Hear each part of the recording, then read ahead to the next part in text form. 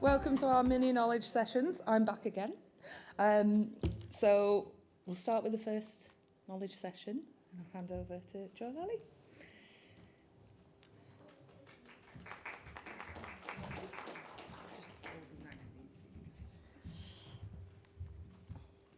Thank you, and thanks for inviting me to come along today.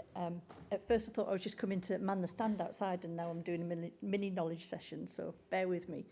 So I'm a qualitative researcher and I've been at the university for over 25 years, taking part in lots of qualitative process evaluations alongside large multi-centre trials, so trying to get the patient voice into health and research and social care experience.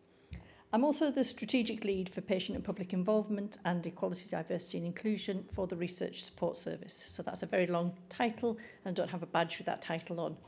But what that means is that I'm responsible both locally and nationally for ensuring that patient voices are in every single application that goes into NIHR.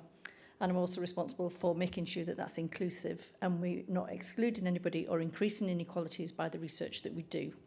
So that's my job. Why I'm here today is to talk to you a little bit about NIHR funding, tell you a little bit about what's there, what are the requirements for NIHR, and how you might get support to submit that hopefully successful NIHR funding bid. Although I'm going to concentrate on NIHR, lots of the things I'm going to say are relevant for any research application that you put in. We don't just support NIHR funding, we do support MRC, the major charities, any national peer-reviewed funding that's got a health and social care focus. So for NIHR, for those of you who are not aware, there's a few different types of funding. I'm not going to go into the funding streams per se because we could do an entire session on that, and I'm still not sure that you would understand because I still don't understand, and I've worked with the NIHR for 10 years. But essentially, there are personal funds, personal awards, and there are project funding. So if you look at the personal awards, they're really about development. So developing you as a researcher, as an independent researcher, and taking you through that career. All of these personal awards have an element of training and skills development or knowledge development in there, taking you through from pre-application, pre-doctoral, doctoral and postdoctoral. So right the way through to career scientist. So there's a lot of support. People don't always have to start with pre-doctoral. They might go straight into a doctoral fellowship, or they might come to us in that they had their PhD years ago, but they want to now go as an independent researcher and they go straight in for the postdoctoral. For project funding, it broadly boils down into two different categories. There's either domestic or global funding. So where does your project lie? And it then comes down, each of those then splits into two again, and it's either researcher-led or commissioned calls. Researcher-led is where you will put an application in about a research topic that you were interested in getting the answer to, or that would build on your work. Commissioned call is whereby NIHR or Department of Health feel that there's a particular question that needs answering and they haven't had anybody answer it, so they will put out a commissioned call. The drawback of commissioned calls is you usually get 6 to 8 weeks to put that application in, so it really needs to be something that you're already working on. So that's where the funding splits down into. And I was trying to decide what can I put in 20 minutes to tell you about how to put in a successful application. We ran a course last week and it was an 8-hour course, so I've tried to bring that 8 hours into 20 minutes. If you've got any questions, you can come to me afterwards about any specifics. But essentially, I think a successful research application boils down to these 5 things. So that's what I'm going to go through. So your research question. It's important that you define it clearly, that you articulate it clearly. Why? Because a well-designed research question determines the success of the research. If you know what you're looking for, you design the methods, you have the people involved, you have the methodologies involved. It helps you identify the population. So if you say, well, I'm interested in osteoarthritis. Okay, but who with? At what point? After what intervention? So it's really finding out what those, the specifics about the research question. And hopefully, by being specific, you get the relevant results to inform practice. So think about, what do you really want to know as a result of this research? What does it mean for you? Where are you trying to get to? And I find it often when researchers come to us and they'll say, well, I'm doing a research study on hip replacement. Okay, so why? What is the reason? Who are you really looking at? So is it, I'm looking after hip replacement, but I want to focus on those younger population because actually I want to know about how quickly they can return to work. I'm not necessarily in this research project going to look at those over 70 returning to activities of daily living because I want to shorten the amount of time that it takes to rehab them. So looking at the what are the outcomes? So you might then ask when. When am I going to check is it working? Am I going to check 3 months, 6 months? I think the example there is when's the optimum time to test for liver disease in general practice? Who is best placed? So quite often we need to find out who should deliver some of the services that we're offering. So should it be in practice, in general practice? Should it be in the hospital? There's a big shift within NIHR at the moment. One of the 3 shifts is to community. So quite often we're getting lots of GPs coming through. Can we deliver what the hospital delivers, and is it effective in primary care? And what is the most effective? Where's the evidence? And I guess that's where some of you come in. What's been done already? Where can we get the additional information from? So quite often get the researchers to actually have a look at this. This is a new one to me. I think most of you will be familiar with PICO, where you're looking at the population, the intervention, and the comparator and the outcome. That's the usual one that you use. But actually, I find FINA useful. So it's looking, is this feasible? You know, if you're an academic, possibly, you're thinking about questions that would be really interesting, but is it feasible? Can you do it in the population? Are the resources available? Is it interesting? And you might say, well, does it have to be if it solves a problem that you need to solve? If you're doing a 5-year part-time PhD, believe me, it needs to be interesting. Is it novel? Are you answering a question that somebody else hasn't? And it may be that they've answered the question, but not in the population that you want to look at. So search the database. There's a database on NIHR for funded projects. So you can see every funded project, those who either completed or are underway. So find out, is it novel? Is it ethical? What we're asking, is it ethical? And you can get lots of support on finding out whether it is or not. And is it relevant? Is it relevant to improving health and social care? And that's quite often where the patients come in, asking them, is it relevant to them? So as a person with diabetes and you're looking at a new way of managing it, do the patients themselves with diabetes think this is relevant? And I'll come on to that a little bit later. So I've got PICO down there, but I'm sure lots of you are familiar with that, so I'm not going to go through it. But it's helpful if you're at that stage of thinking, what is my question, to put it into PICO or FINA, just to kind of hone your thoughts and think, actually, I've not thought really about the population or the time of the intervention. So you've got your area of interest, you know it's ethical, you know it's not been done before. You need to start thinking about who's going to be in this team. It's not just going to be you. The right team is critical for success, especially if you're applying to NIHR. They will look at all of the co-applicants and see what's their expertise. Have they achieved NIHR funding in the past? Did they deliver on the study? Have they published? Have they attracted funding? So it's really important. Reviewers want to know what they've done and what they're going to do in this particular study. And they want confidence in the delivery. This is public money. So they want to know that they're going to give £1 million, £2 million, but it's in safe hands with people who've done this thing before.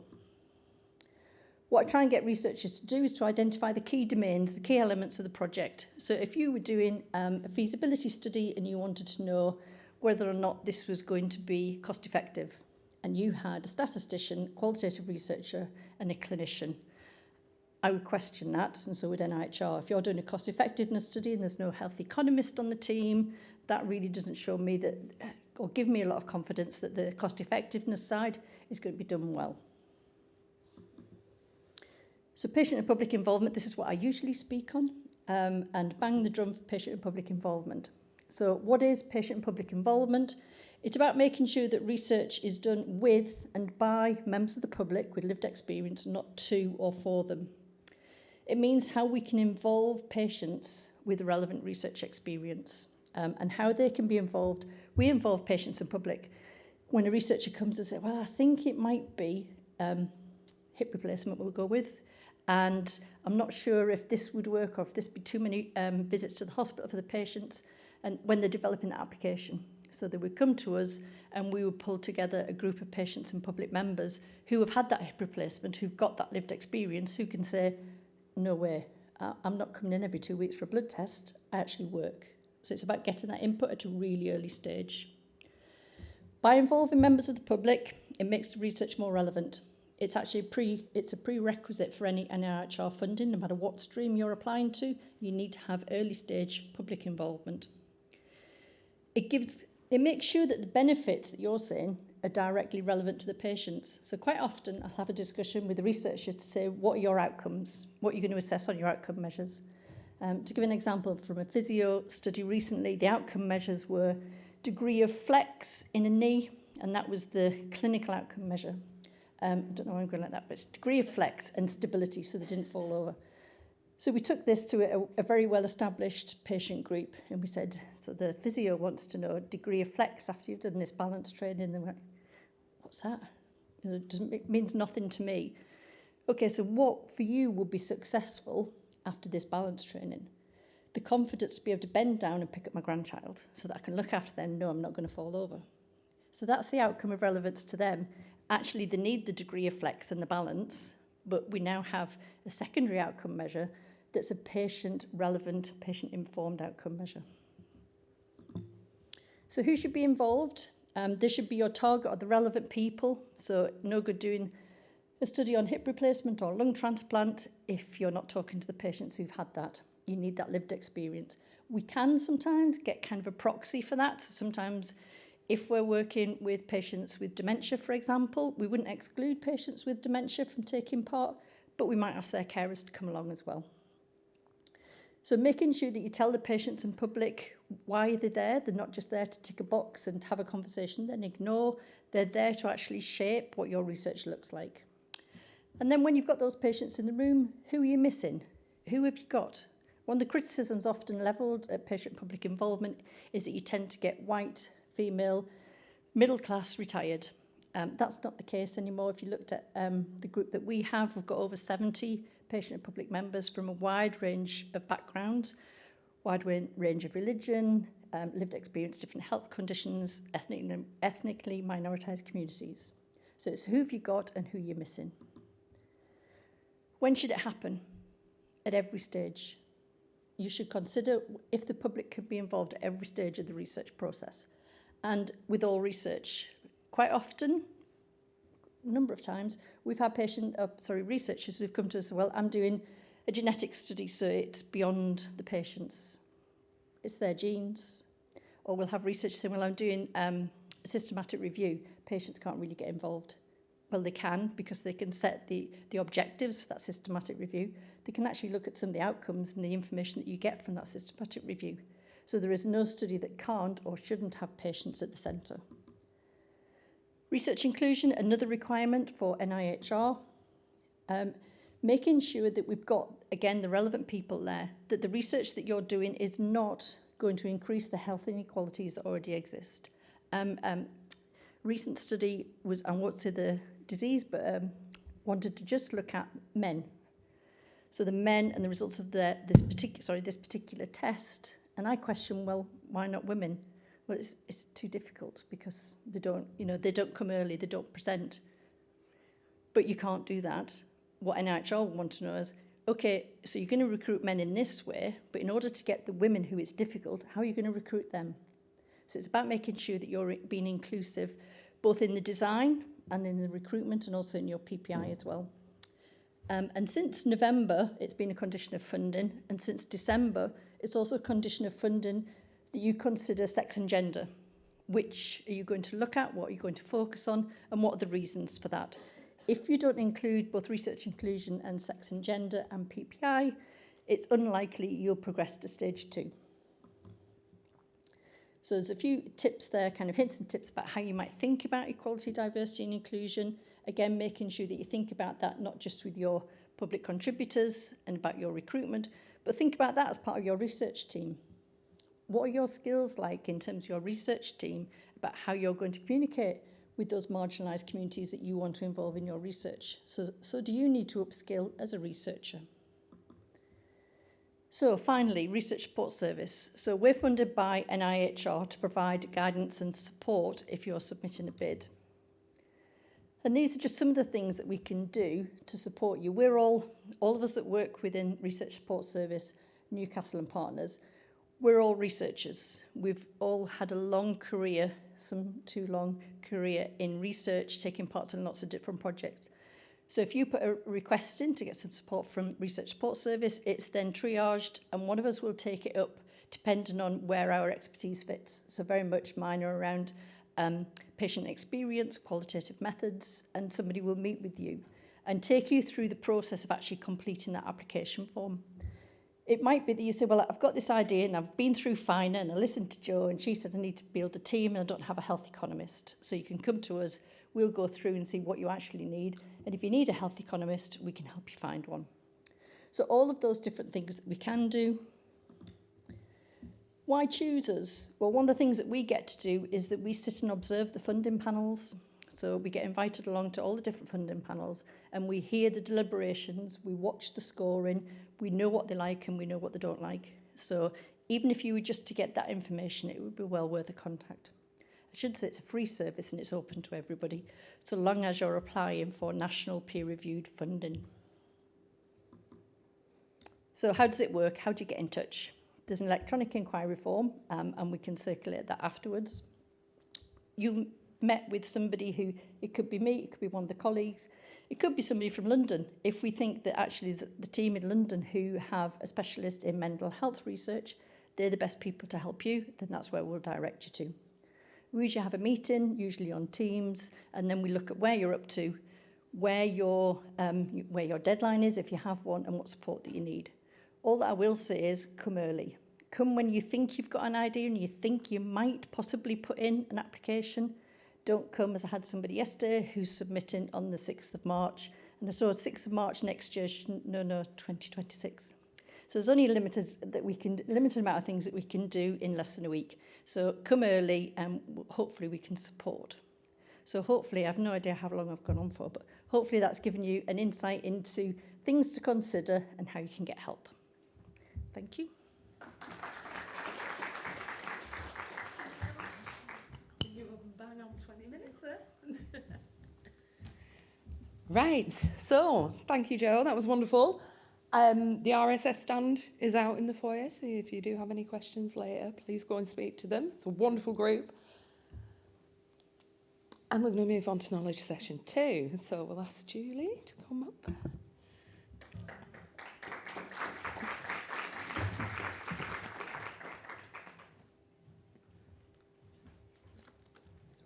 If you want it. So I can just take you to the link and for the slides, it's just next.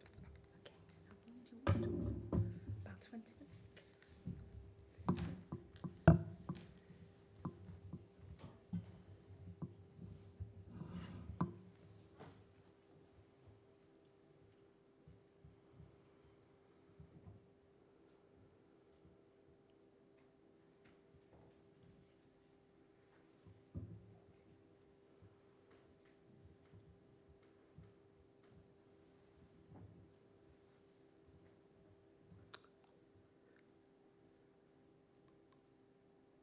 Okay, hello, hi, sorry about the pause. I'm Julie Glanville. I've been invited to talk to you about my experiences as, it says a freelancer here, but I'm really, what I'm known as officially is a sole trader for the purposes of the UK tax situation. So I'm a sole trader, so I'm going to talk to you about the pros and cons, or rather you're going to also think about the pros and cons of being a freelancer or sole trader. So I've been independent, a sole trader for the last 5 years. Before that, I worked in consultancy and also, sorry, my things are doing different things to that. Worked in consultancy involved in evidence synthesis, and also before that, I worked for a national research centre, the Centre for Reviews and Dissemination, both at the University of York. So my background, I'm so sorry. So my background's in evidence synthesis, systematic reviews, and before all that, I'm a librarian. I trained in library science, and I was involved in my early part of my career in things like database design and setting up information services. So that's my background. And what I thought we could do, I don't think we're going to have time for a breakout session, so I think we'll have an audience interaction if that's possible. So I thought we could just think through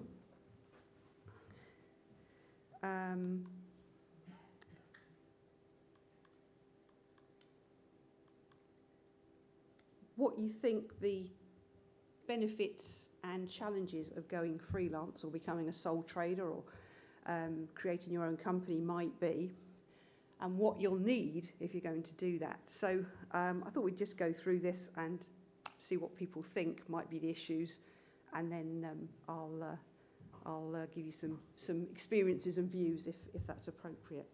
So I thought we'd start off by thinking about what might be the benefits of going freelance. What do you think there might be? Oh, roving mic. Or you can shout out. What do you think? Oh, thank you. Sorry. Choosing your projects that you want to be involved in rather than being dictated to. Yeah. What projects you do, so you can do one research that's interesting to you. Yeah, absolutely, Sue. So, yeah, not being dictated to. I think we'd all like that to happen. Yeah. Wouldn't that be nice? Thanks, Sue. Any other thoughts about what the benefits might be? Local economic costing from the university. Yeah, exactly. 50% of your salary. Yeah, so the financial side of things, yeah, you get to keep more, perhaps, of what you bring in. Any other? Yes, there's... Yeah, absolutely. Yeah, you can choose what you want to do when you want to do it, and you can decide how much time to devote to bringing in your own income. Yeah. Thank you. So I'm really here to find out what I did wrong in retrospect, but for me a big thing was location, being able to work from a location where there wasn't much other employment. Okay, yeah, so, yeah, absolutely. Okay. Yeah, so if there aren't any options where you are, then, yeah, you might have to go it alone type thing. Yeah, thank you. Yeah, other benefits people might envisage. There's somebody right at the back. Quite a demand for searches. So I see quite a demand for searches. So it certainly appears that there's a market there for someone to capitalise on. Yeah, so yes, spotting a gap in the market. Yeah. Any other benefits? Being able to align with your own values instead of having to toe the line with organisational or institutional values that you may not agree with. Very good, Kate, thanks.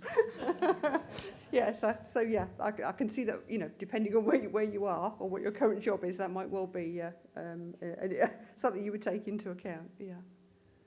Anything else? Any other benefits? Okay, thank you so much. Thank you for saying things. Okay, so just my perspective on this, and these chime with some of the things you've been saying. So it's freedom, being your own boss, working when you want to, having flexibility, time to do other things. So when I decided to go solo, it was right in the middle of COVID, and my parents were down south, 200 miles away, and I was up in York, and it it brought together a whole load of thoughts about, well, I really need to spend more time with my parents and have the flexibility to do that going forward once we come out of COVID. So you know, what I saw in it for myself was that sense of freedom that I could plan my own life and do what I wanted to do, hopefully do what I wanted to do. And as Sue said, researching what you want to research and not having to put in proposals necessarily and research the things that other people think you should be doing. And nobody actually said this, but for me it was also doing more of the things I enjoy most. So I really like search strategy design, and I really like training. Whereas where I was working, I was doing much more management, you know, keeping project teams going, putting in endless proposals. So what I thought I'd like to do is less of the management and more of the searching. and more of the training. So that was sort of part of the motivation for me. Okay, so let's look at challenges. What do you think of the challenges of going solo? Farad?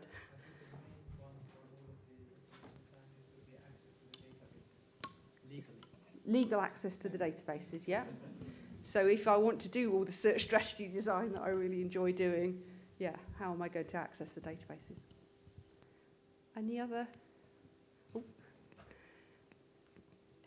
Having to market yourself and what you're offering. Yeah, absolutely. It's a huge challenge, isn't it?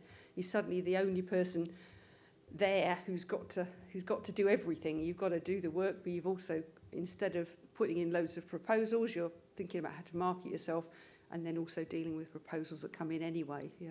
So yeah. Thank you.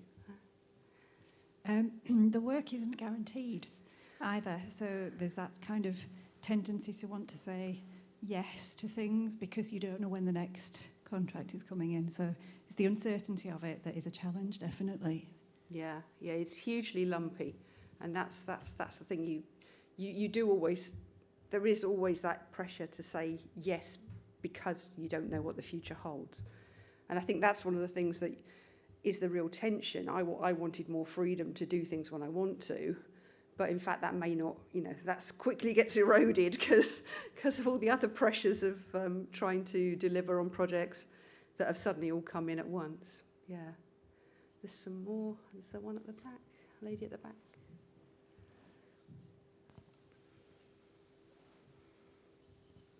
Hiya, I'm a public contributor here, and I'm just wondering if you'd have to take legal advice for contracts with various people that you're doing work for.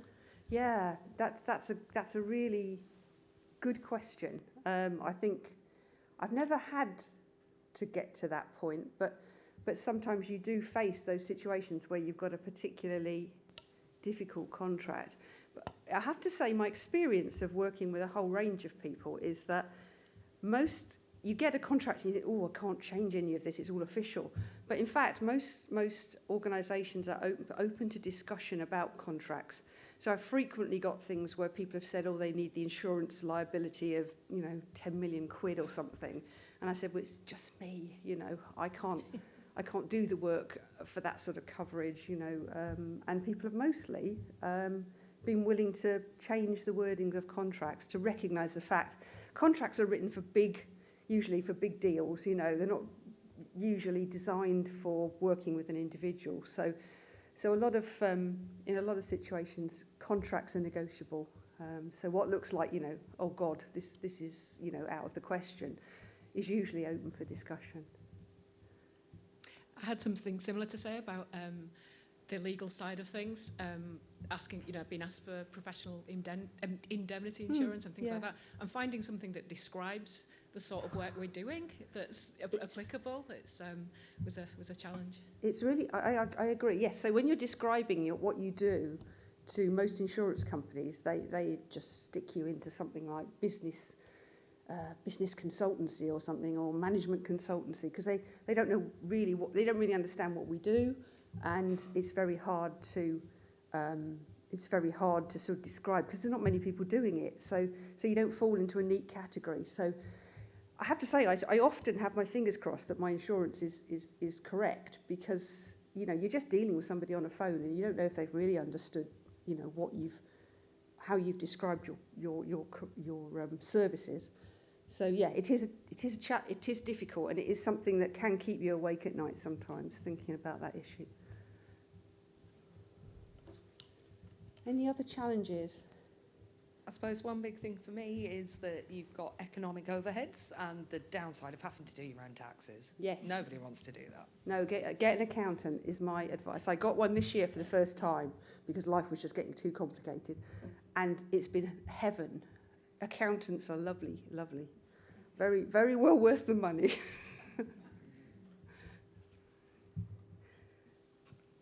I don't think you covered this, Julie, but I'm thinking about when you're transitioning from a position of employment into being a sole trader. If you're for a while doing both of those things, hedging as it were, then does that lead to conflicts of interest? between those two roles. Could that be a challenge to Yeah, negotiate? yeah, I think it would be. Yeah, it's not a situation I found myself in. I actually retired and then became a sole trader.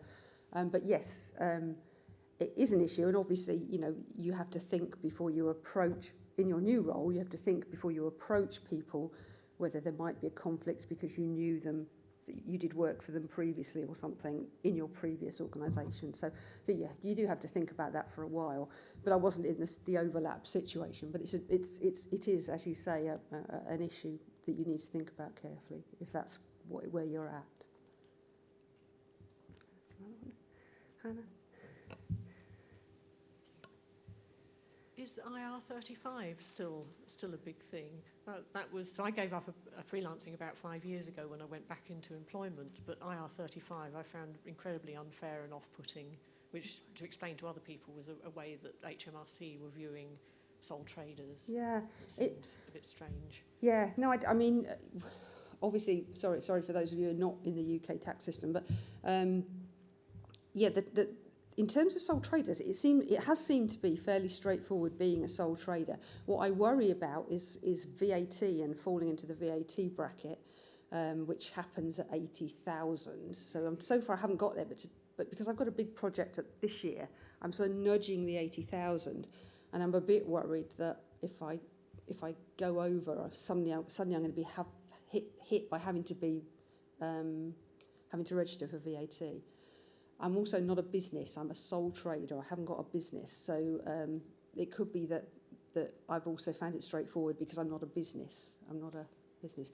But being a sole trader is difficult because I guess companies a lot of big companies or bigger organisations are not used to just dealing with a sole individual.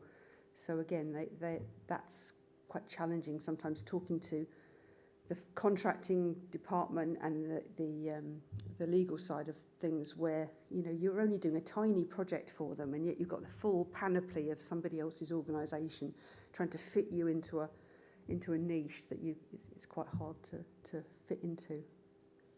But sorry, no. To answer your direct question, no, that's not been an issue that I've encountered so far. Hopefully, won't encounter. There were a few points that I wanted to bring out. One of them was about the working as freelancer and employment at the same time. It is possible if you declare it to your employer, and I've done it before, and Bristol every year collects this information. If you are doing any work, even if it is unpaid, outside the university, you need to declare it. And as long as you declare, they have no problem with it.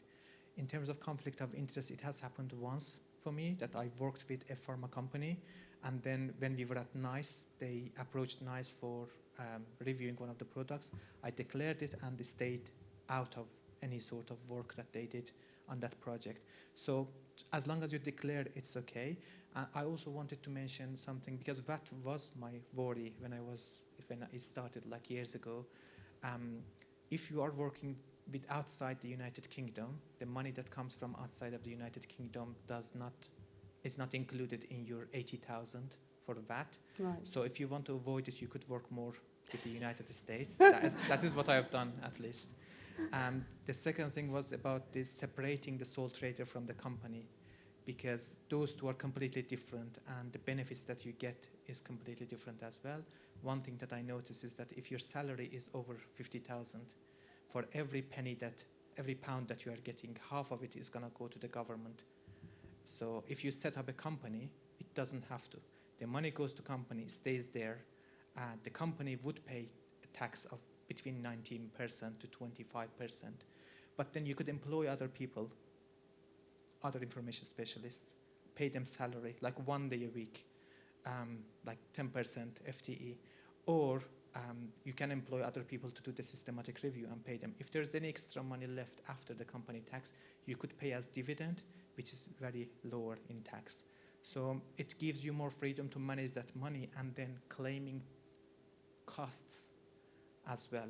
So if you are doing any work at the university and you are traveling to the university with your car or with the bus and everything, when you are submitting your taxes, you submit it to the government, it will stay in your account. It says that government owes you 2,000. You can never get it back. The government will not pay it to you. It will keep it there forever. You will claim, but they will not pay it.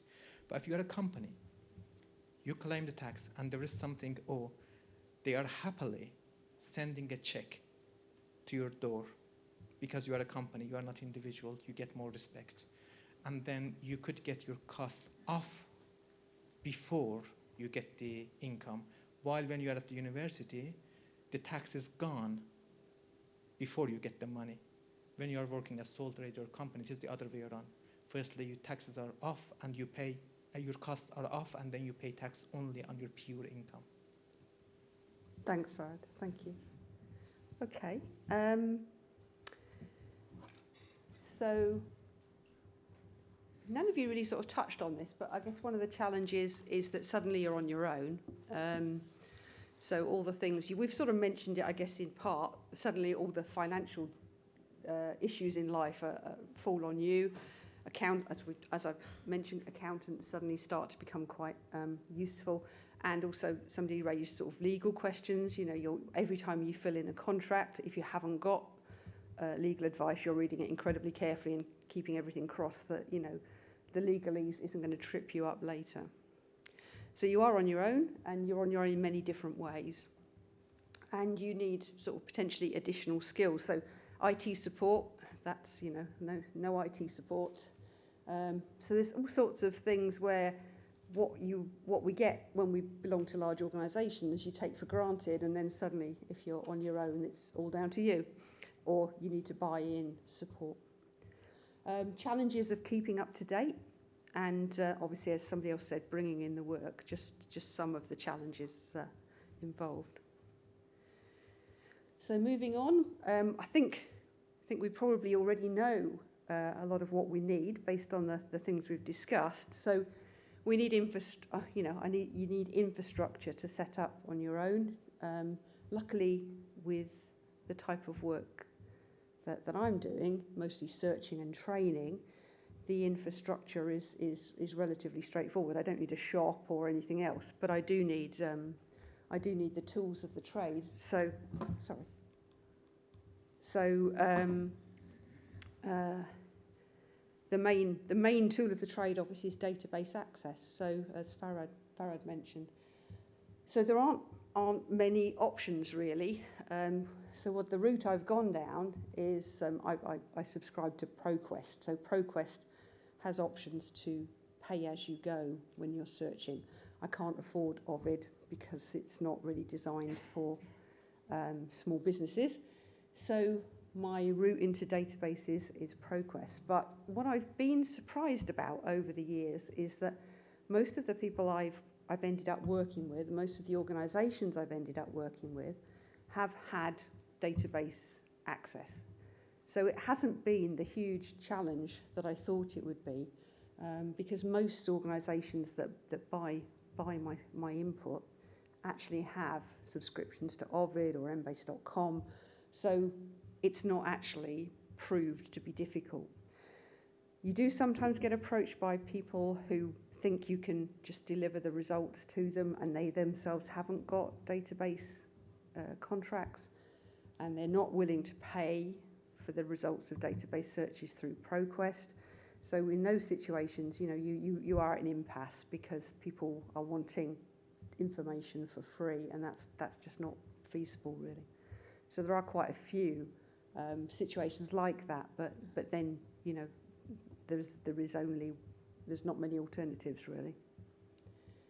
You need to think about your marketing plan. How are you going to sell your services? What are your services, and how are you going to sell them?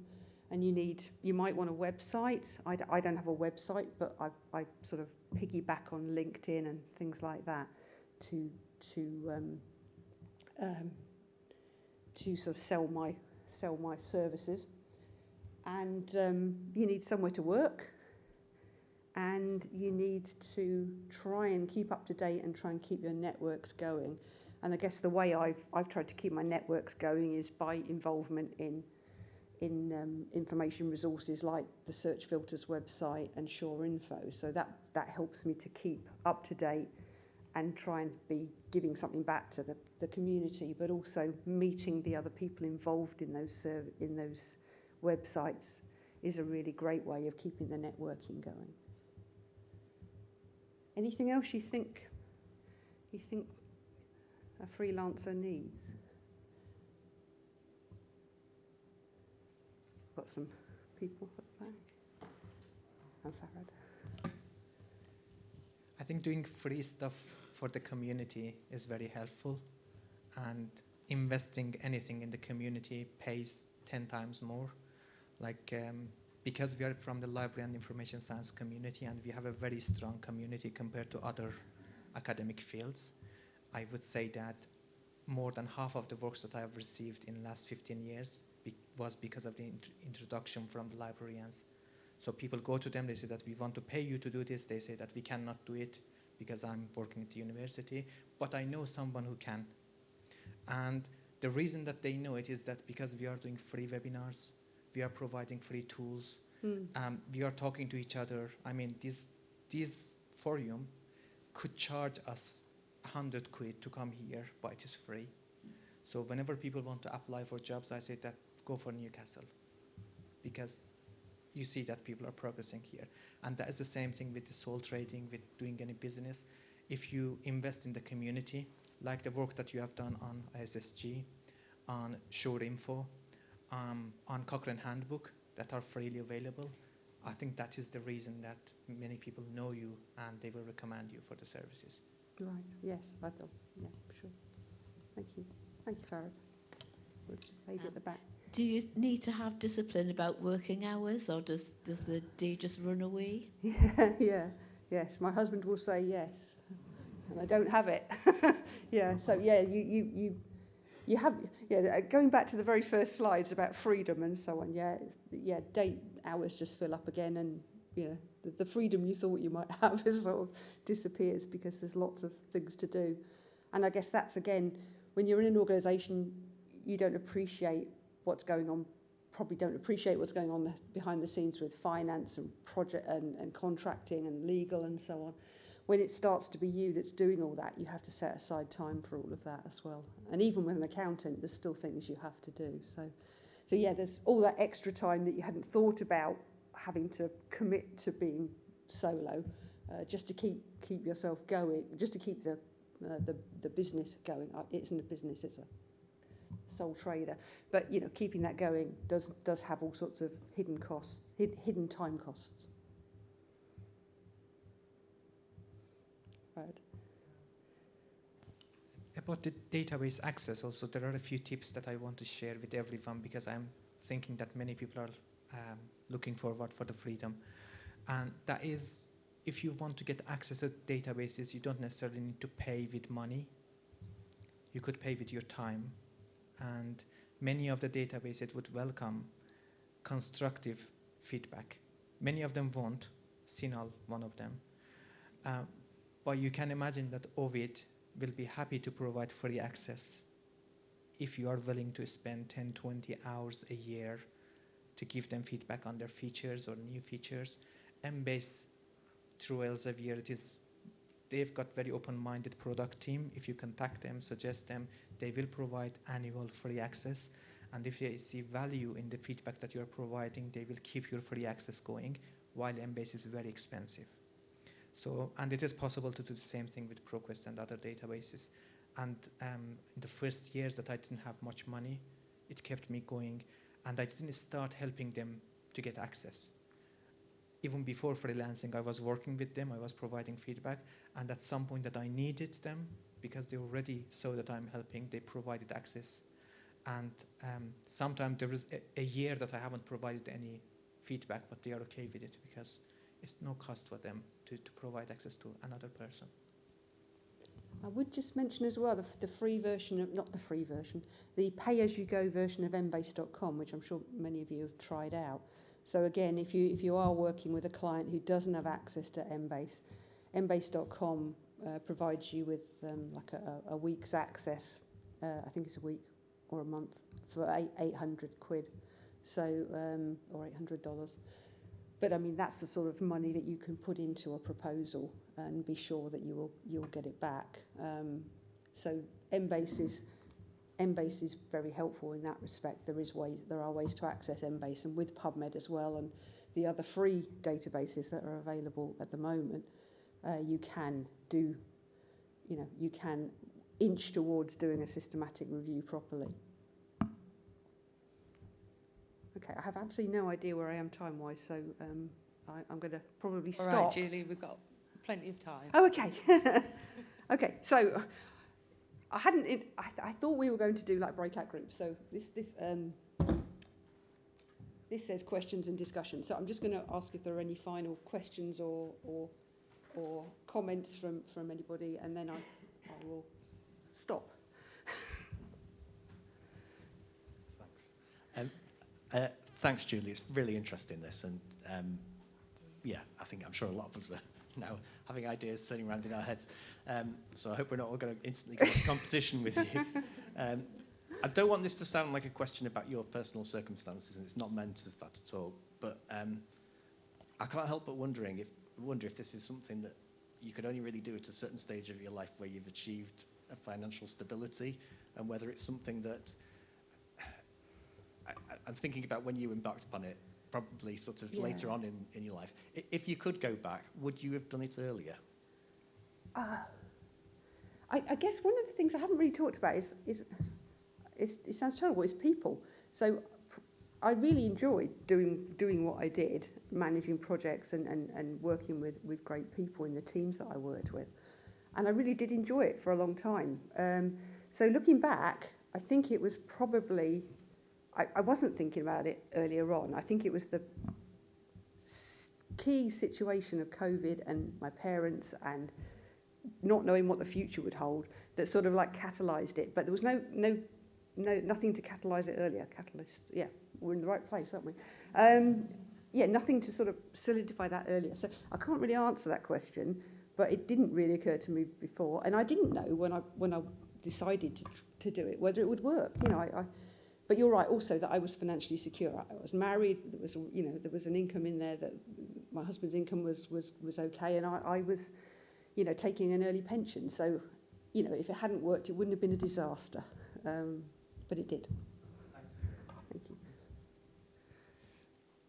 My question is, whenever I think about doing anything like this, I'm not entirely sure what sort of work I would be getting and where I'd be getting it from. Like, it feels like a nebulous. So I just wondered whether you could share the sorts of things that you do and who you work with, if you can. Yeah, so I work with all sorts of organisations. So I work with consultancy companies who don't have in-house information specialists. So when they need a search for a review or an evidence synthesis, they haven't got anybody in-house, and so they contact me. I've worked with guideline development groups who haven't got an information specialist that they can call on. So I've worked with those types of groups, and and lots of other people as well. So thinking about, I've been involved in sort of like as part of larger projects where they're doing a systematic review, and they include me in the bid. So it's just a sort of a short-term contracts with key with providing the information services. And then I do lots of training, and I do training with other people. I do training on my own, and there it was the crucial thing with training is finding somewhere that can actually help you to deliver the training. So I've gone for a company called Instats, or an organisation called Instats, who give us give myself and Carol a favour, a platform to do our training.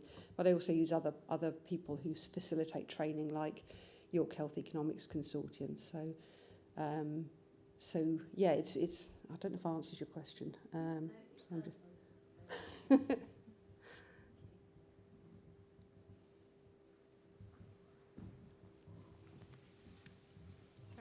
Do you charge differently for different people? Yeah, I do. So if it's public sector, I charge less. I'm supporting some students in Germany at the moment, and they don't pay very much at all. So I don't charge them very much at all because they're students. And then I obviously charge more to consultancy companies.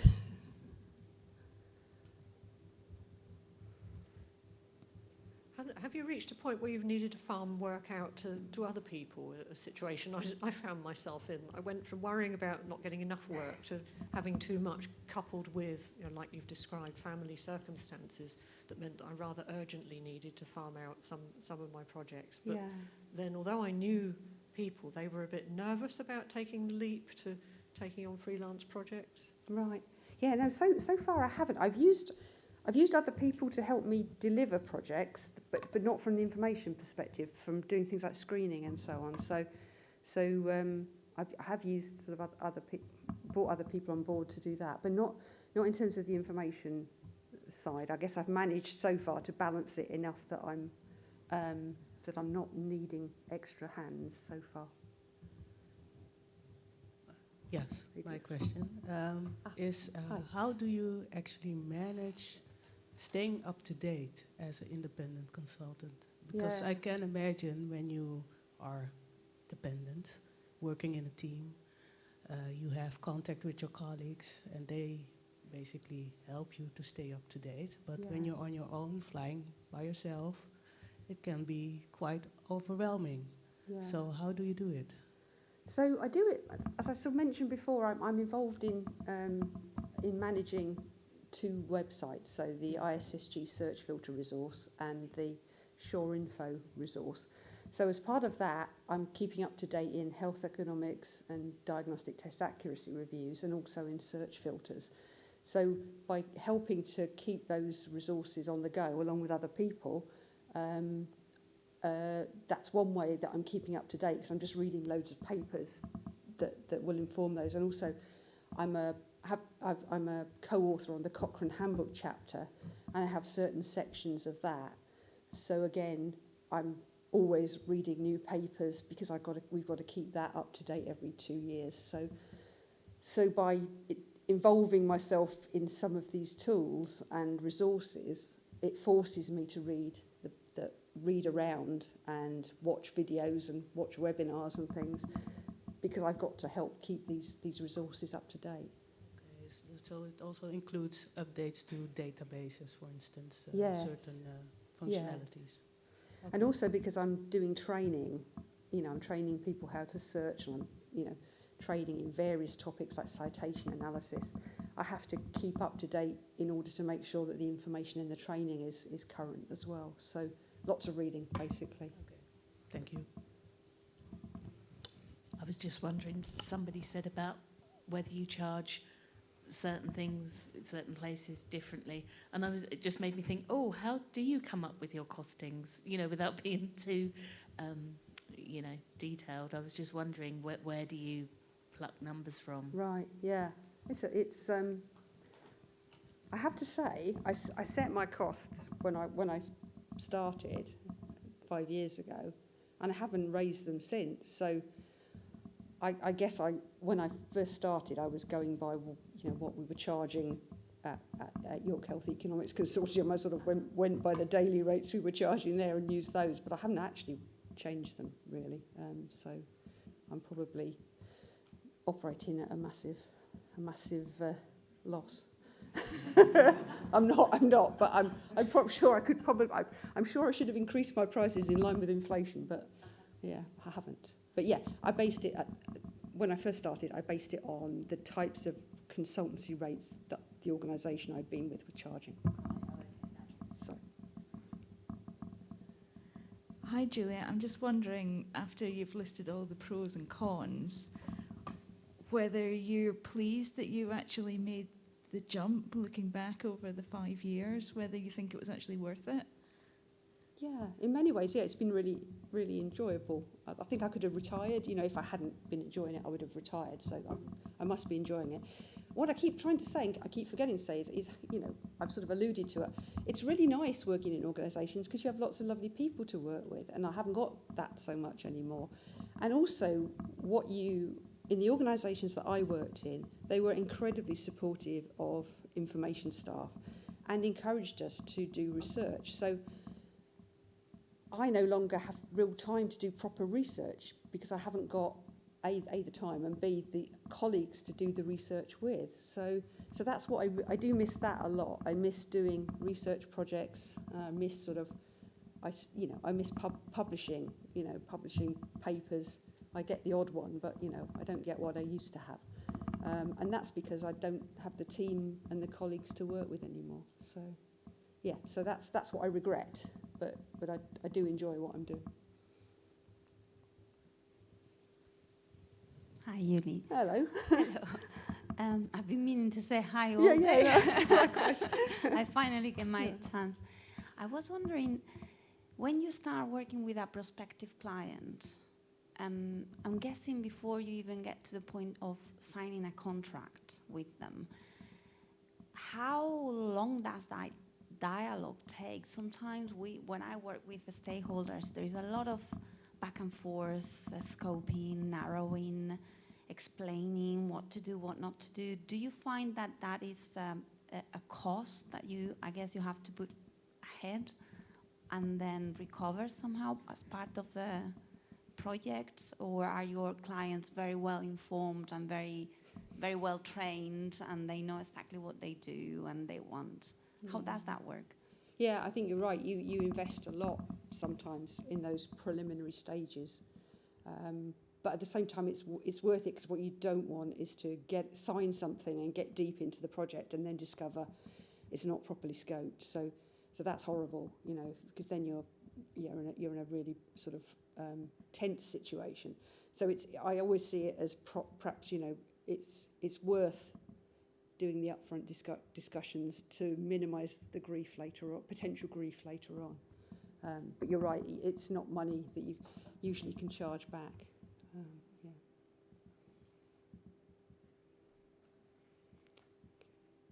I think we may have reached an end. If that's all right with you.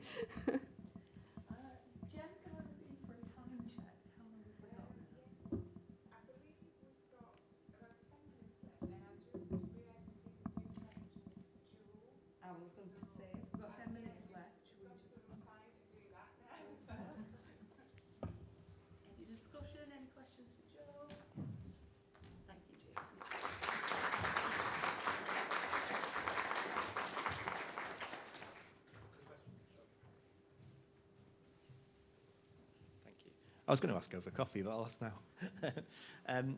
I've recently taken over as PPIE lead for an health economic program.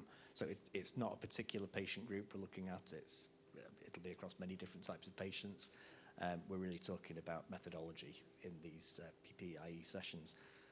How do we make sure that we have a suitably diverse panel, given all the different protected characteristics, the different religions, the ethnicities, age groups, genders, how do we make sure that we've represented everybody we need to without it being like a tokenistic thing? That's really interesting. And I think quite often as researchers, we try and be representative. That's what we're going for. We're going for a representative sample. And that's kind of the lens that we're looking at it as researchers. When you come to PPI, it's like, how do I make that happen, but with actual people? And it's not about being representative, but it's about being as diverse as possible. So getting a range of voices in. You are never going to get a representative sample in your PPI group. And it's going back to thinking about, okay, what's the topic area? And who are the people who are most affected by that? So if I go back to my diabetes example, so people who are often, most at risk of diabetes, South Asian men who were diagnosed, not well treated and don't come forward. So if I was setting up a PPI group around diabetes, I would be trying to get more of that underrepresented population there, because the other voices, we know who they are. And when you're talking about methodologies as well, it's quite often difficult to get patients and public members who have the skills and the expertise to be able to take part in that methodological conversation. So we've had a patient public group for about 5 years now who help us with statistical theory. It's not a group that I run because I know nothing about stats. But what we've had to do is to do some training with that group to make sure that the public members themselves were upskilled so that they knew enough to take part in that conversation. And then we asked the public members who's not in the room. And they were much better at identifying, actually, we don't have any working age men, we don't have X, Y, and Z. So we kind of flipped back on the patients as well. But it's not about being representative, but it's been about being as diverse as possible. Does that help?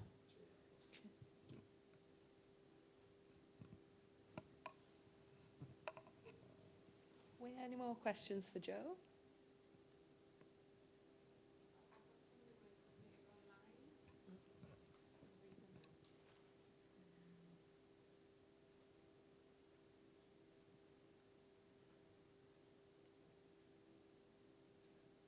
Sorry, I'm just working out. It's jargon that I'm trying to understand. Okay, so I'll read this one first. I don't have a PhD. Will this affect my chances of a successful funding application?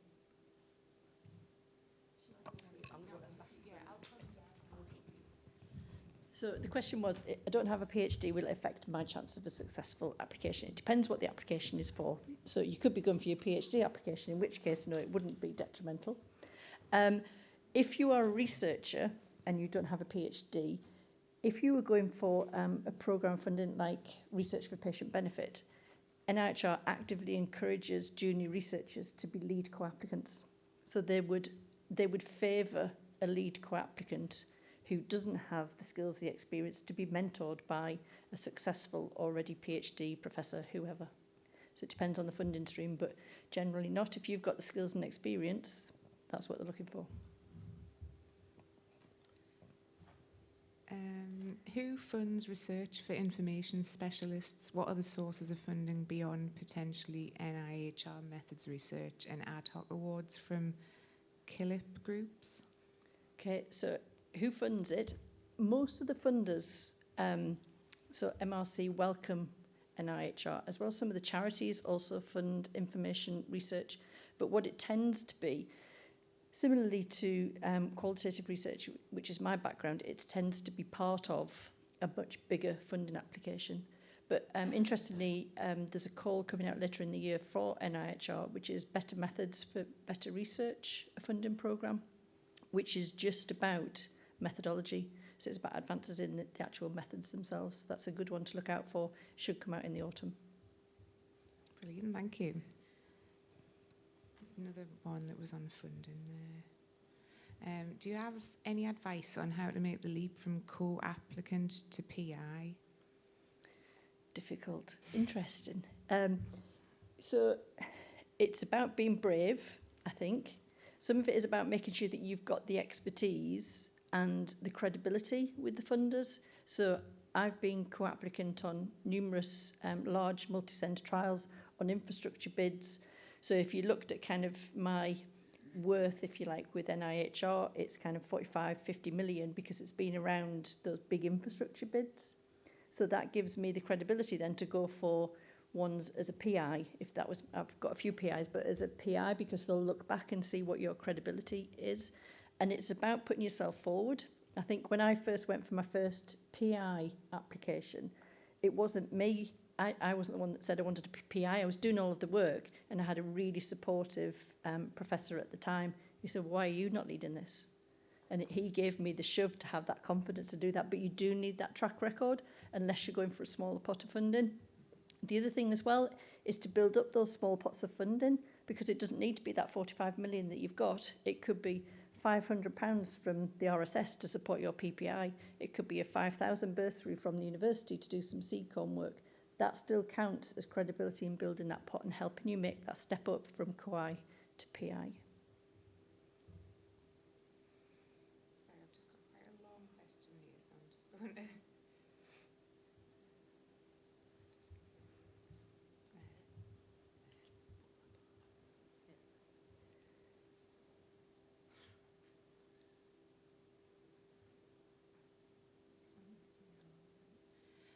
Right, so as a first-time applicant for an NIHR fellowship, how should I best balance the focus between the research project itself and my own development plan? Specifically, what are reviewers looking for to demonstrate that I have the right place and mentorship support to transition from my social care and academic background into a lead researcher role? Okay, so when you're applying for a fellowship, the advice that we give is the 3 Ps. I think it's either 4 or the 5 Ps, but essentially the 3 Ps, which is person, place, and project. And that's the order that they review it in. So they'll look at you as a person. I read an application yesterday with hopefully a PhD application, and it was all about the disease area and the topic and what it was going to be, and there's nothing about that individual. A personal development award is exactly that, it's personal. So why you? Why now? What have you done? What are you going to do? What are your skills? How are we going to develop? So they'll look at that first to see if you as a person are fundable. What they don't want to see is a research topic or a research question that's been set by a professor and they're just getting somebody to do it. They don't want to see that. So it's person first. Then it's place. Where are you situated? Are you in the best place to do this work? Are you supported? Do you have the networks around you? Do you have the mentorship? Is the university setting or the local authority setting, is that the best place for you? And they'll want to know what's there, what support you're going to get. Finally, it's the project. The project comes last because this is development. You're going to learn about doing that project whilst you undertake your PhD. So that, yes, they want to know that it's robust, you've got the methods right, you've got the support, but it's the other two things first for sure. That's great, thank you, Jo. There was a second point here to this question, and you've kind of answered it there, but I'll read it out anyway. So following on, given my background in social care and public health, I am focused on the real-world impact of my proposal. What is your best advice for articulating the pathway to impact in a first-time application to ensure the panel sees the practical value of the research for service delivery and policy rather than just its academic merit? Yeah, so that's a long question. Yeah. But there's a few things to pick up there. One is the social care and one is impact. So first of all, social care has now got its own funding stream because there's a recognition that social care research is underfunded. So there's a real push for social care. The RSS have got a specialist centre for social care, a centre like the RSS that's just been set up to support social care applications because we realise that actually social care research is taking place in the real world and it's taking place across kind of organisational boundaries. So we have social care research taking place within the police force, within the ambulance service, within local authorities. So there's a real push for social care. So now is the time, if you're a social care researcher, now is the time to do that. In terms of impact, they will ask you in the application, how are you going to plan for impact? And Pauline is around somewhere this afternoon as well, who's doing a lot of the impact work for the university. And they will ask you in your application, how are you going to impact? How are you going to plan for impact? How are you going to report it? And where do you see the impact? And they'll want to see that the impact cuts right the way across. So the impact, first of all, should be on you as a researcher, if it's your PhD application. It could be on the academic body of knowledge. It could be on practice, if it's something that's close to implementation. And hopefully it will also be on policy. And they'll want to know, what are you going to do to ensure that you have a chance of having an impact in each of those areas? Thank you. Okay. That's all my questions. Thank you. Thank you very much, Jo, and thank you, Julie, as well. I think that everyone would agree that those were both very engaging sessions, and hopefully you've had all your questions answered. But if you do have any questions, we've got another break, so feel free to approach Jo and Julie. Thank you.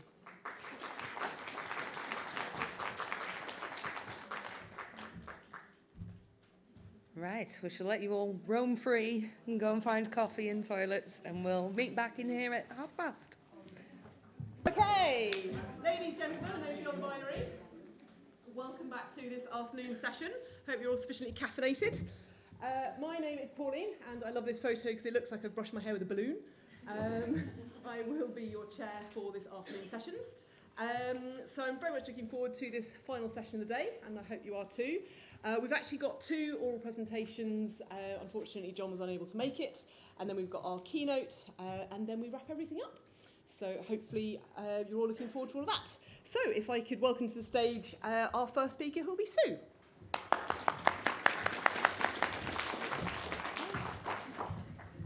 Thank you. So, I'm going to be talking about elicit and an evaluation we did of elicit. We actually purchased elicit because we were doing a scoping review and it had about 190 includes, and we didn't want to do the data extraction manually. So that's why we purchased it. But then I thought, well, actually, it actually helps with searching. Well, it says it does. It says it's got 96% recall. So let's test it and see how it works. and whether it really does have 96% recall. So what is Elicit, for people that don't know? It's an AI research assistant launched in 2021, and it claims that it can automate systematic reviews and save you time. And this is lots of different stages, from the searching to the data extraction and quality assessment. It offers 3 different workflows: research reports, find papers, and systematic review. And it was the systematic review one that we tested.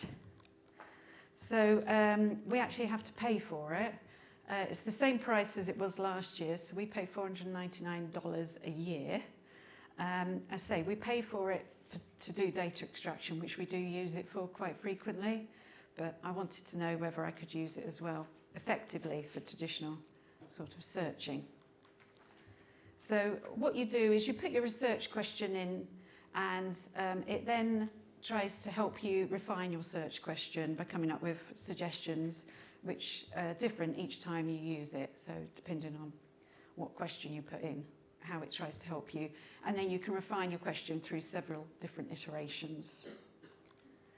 It then finds the 500 most relevant papers using Semantic Scholar, and then it generates a screening criteria that does this automatically, but you can manually change it as you see fit. If you think, oh, that's not quite right, yeah, you can change it and what have you. And so then it comes across the included studies, which meet your criteria that you've put in or that is automatically put in. So effectively, you're looking at millions of records. Well, it's looking at for millions of records, finding 500 that are relevant, and then finding your included studies for your systematic review using your criteria. So how did we test it? Well, what we did is we used 4 reviews. These 4 reviews, 2 of which were unpublished at the time, which is what I wanted, so that they weren't out there, so they couldn't learn from the publications, if you see what I mean, that were authored by myself and colleagues, in which I did the searching, so I had all the data. And then we used 2 which were Cochrane reviews, which were just about to be published. And we worked with the authors of the Cochrane reviews to look at eligibility and what have you. And then we compared what Elicit would have come up with and what we came up with our traditional searching. We chose different topic areas, so we've got medication, pharmacology, surgical intervention, and then 2 public health reviews. So if I go through each review in turn, so case study 1 was an umbrella review where we looked at vaping in young people and the harms. It was traditionally done. We used KSR evidence for searching, but we also used Medline, Embase and PsycInfo because we wanted umbrella reviews as well. And we included 56 systematic reviews in our review. When we searched Elicit, it identified 25 of those 56, and then it included, when it looked at the inclusion criteria, 14. You can change the threshold of the inclusion criteria, so that could have gone up if we changed it, but we used the automatic default setting. So we looked at the sensitivity and precision then, measured it, of Elicit.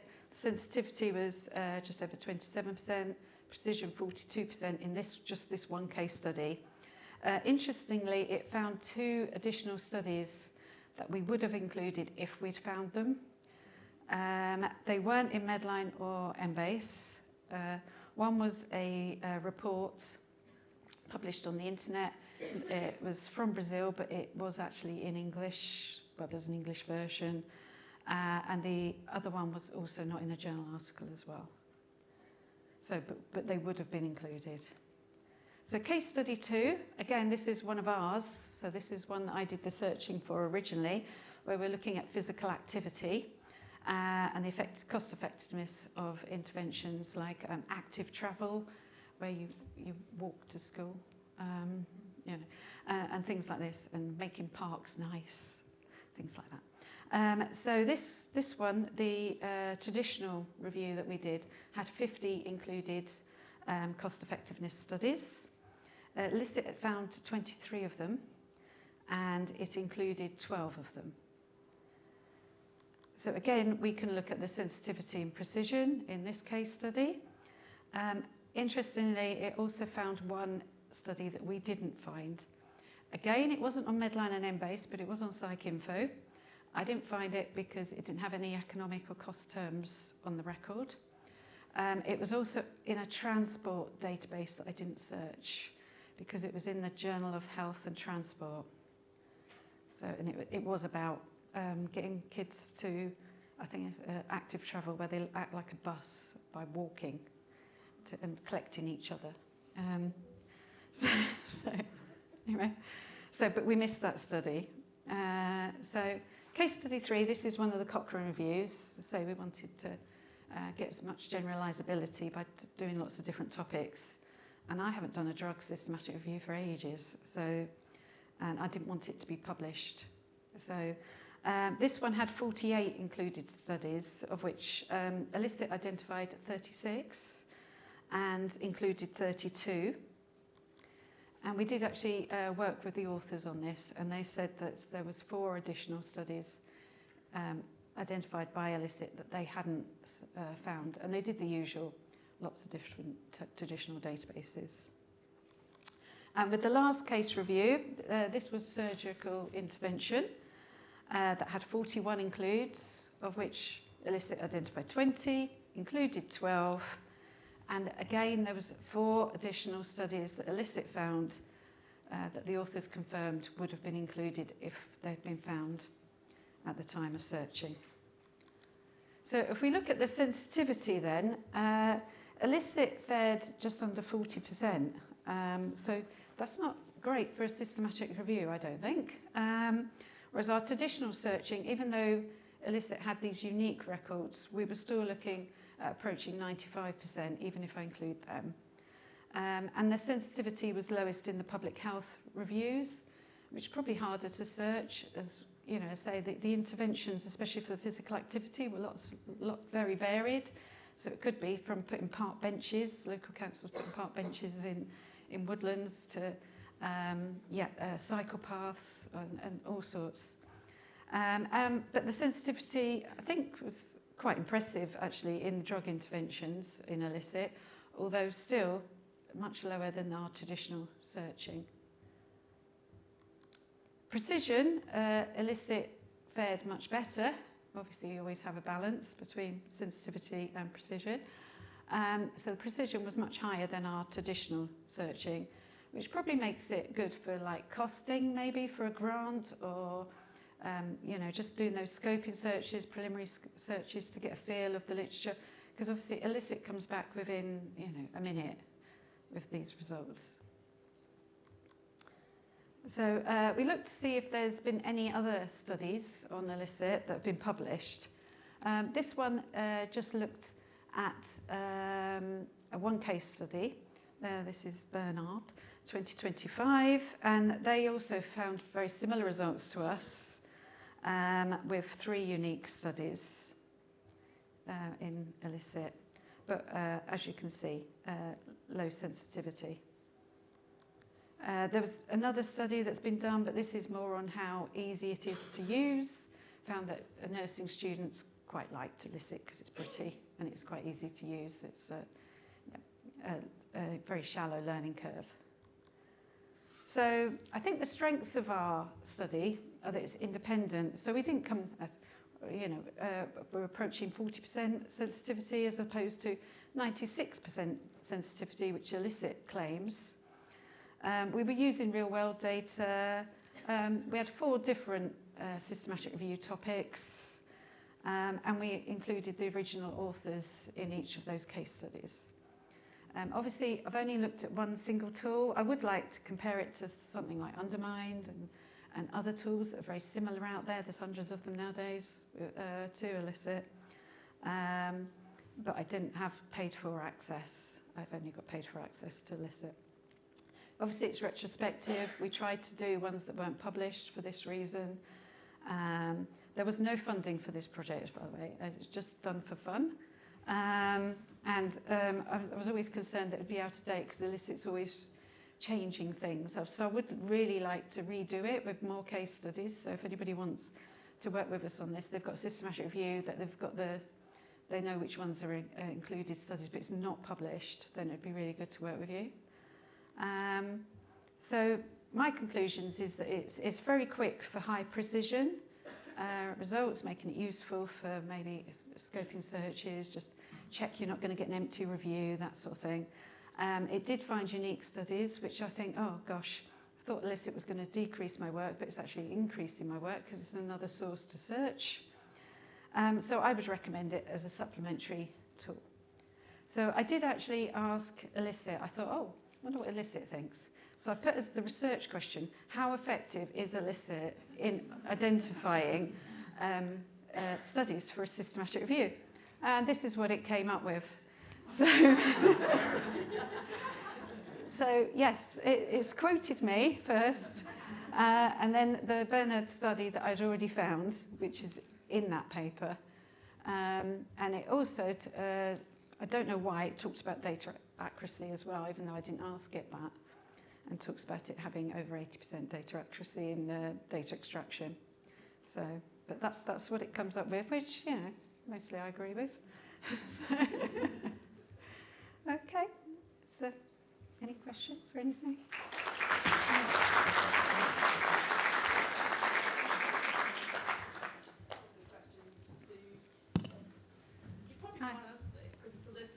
Yeah. It's 90-odd%. Yeah. Where's that claim coming from? If it's Elicit saying it's 90-odd% accuracy, or percent, whatever, where's that claim coming from? How are they verifying that? How are they proving? I don't know, to be honest. It's just on their site. They say it's how many hours it saves and all this sort of stuff just as well. A bold statement of quote-unquote fact. Yeah, basically. So, yeah. I think it's still good. It's just not what they say it is, but yeah.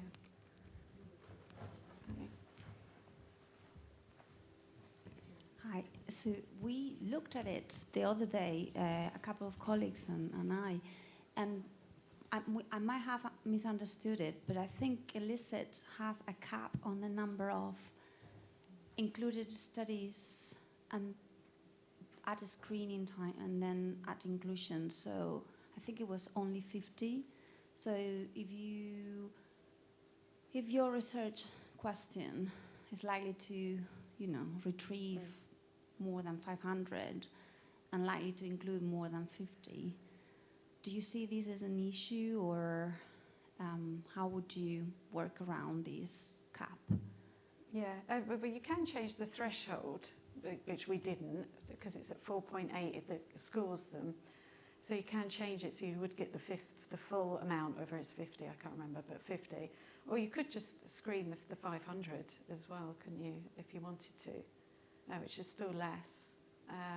But I wouldn't use it as a one-stop shop anyway. So, but I do use it. I use it now as a supplementary tool, but I also use it at the proposal stage, especially good with students, just to make sure they're not going to do an empty review. You get an idea of, they come with a question, roughly, times it by 2.5, whatever you get in Elicit, and you've got roughly how many includes they've got, so you know whether they're going to be able to complete it on time and that they're not going to get an empty review. So, thank you. Okay. I've been using Elicit for both finding extra studies and for data extraction. Now I'm using it only for data extraction.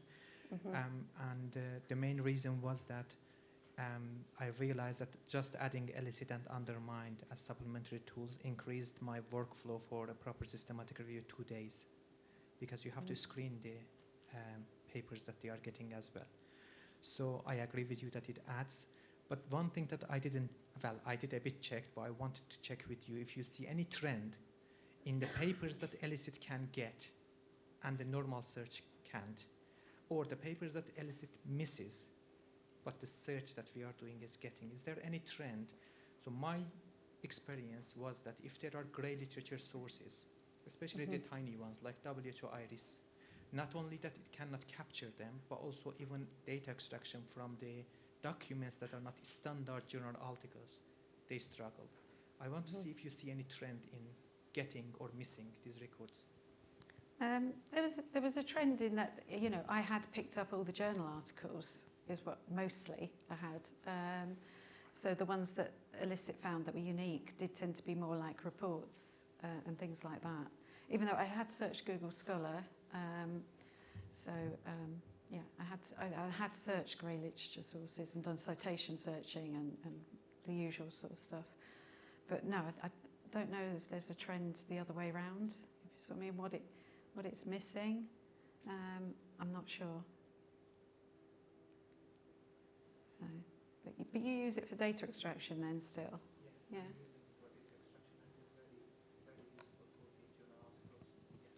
Yeah. Yeah, I like it for data extraction, but it does tend to be better for certain things, like, you know, if you ask it what country or how many participants, but we've had some quite hard things to extract, and then it's over-pleased, if that makes sense. It's sort of, yeah.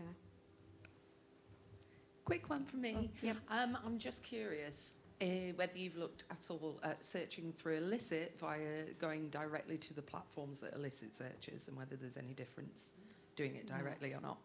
I have searched Semantic Scholar, but it doesn't rank them very well, does it? So you'd have to screen a lot more. So, yeah. But Elicit now does keyword searching and Boolean as well, which it didn't at the time.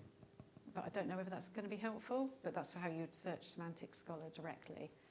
But Semantic Scholar comes up with thousands of records to screen, and they weren't ranked very well. So. Cool. I think that now we've thrown 4 questions at Sue. I think that's probably enough for now. But obviously, do come and find her in the drinks reception afterwards. We should move on to the next one. Big round of applause for Sue. Thank you. Thank you.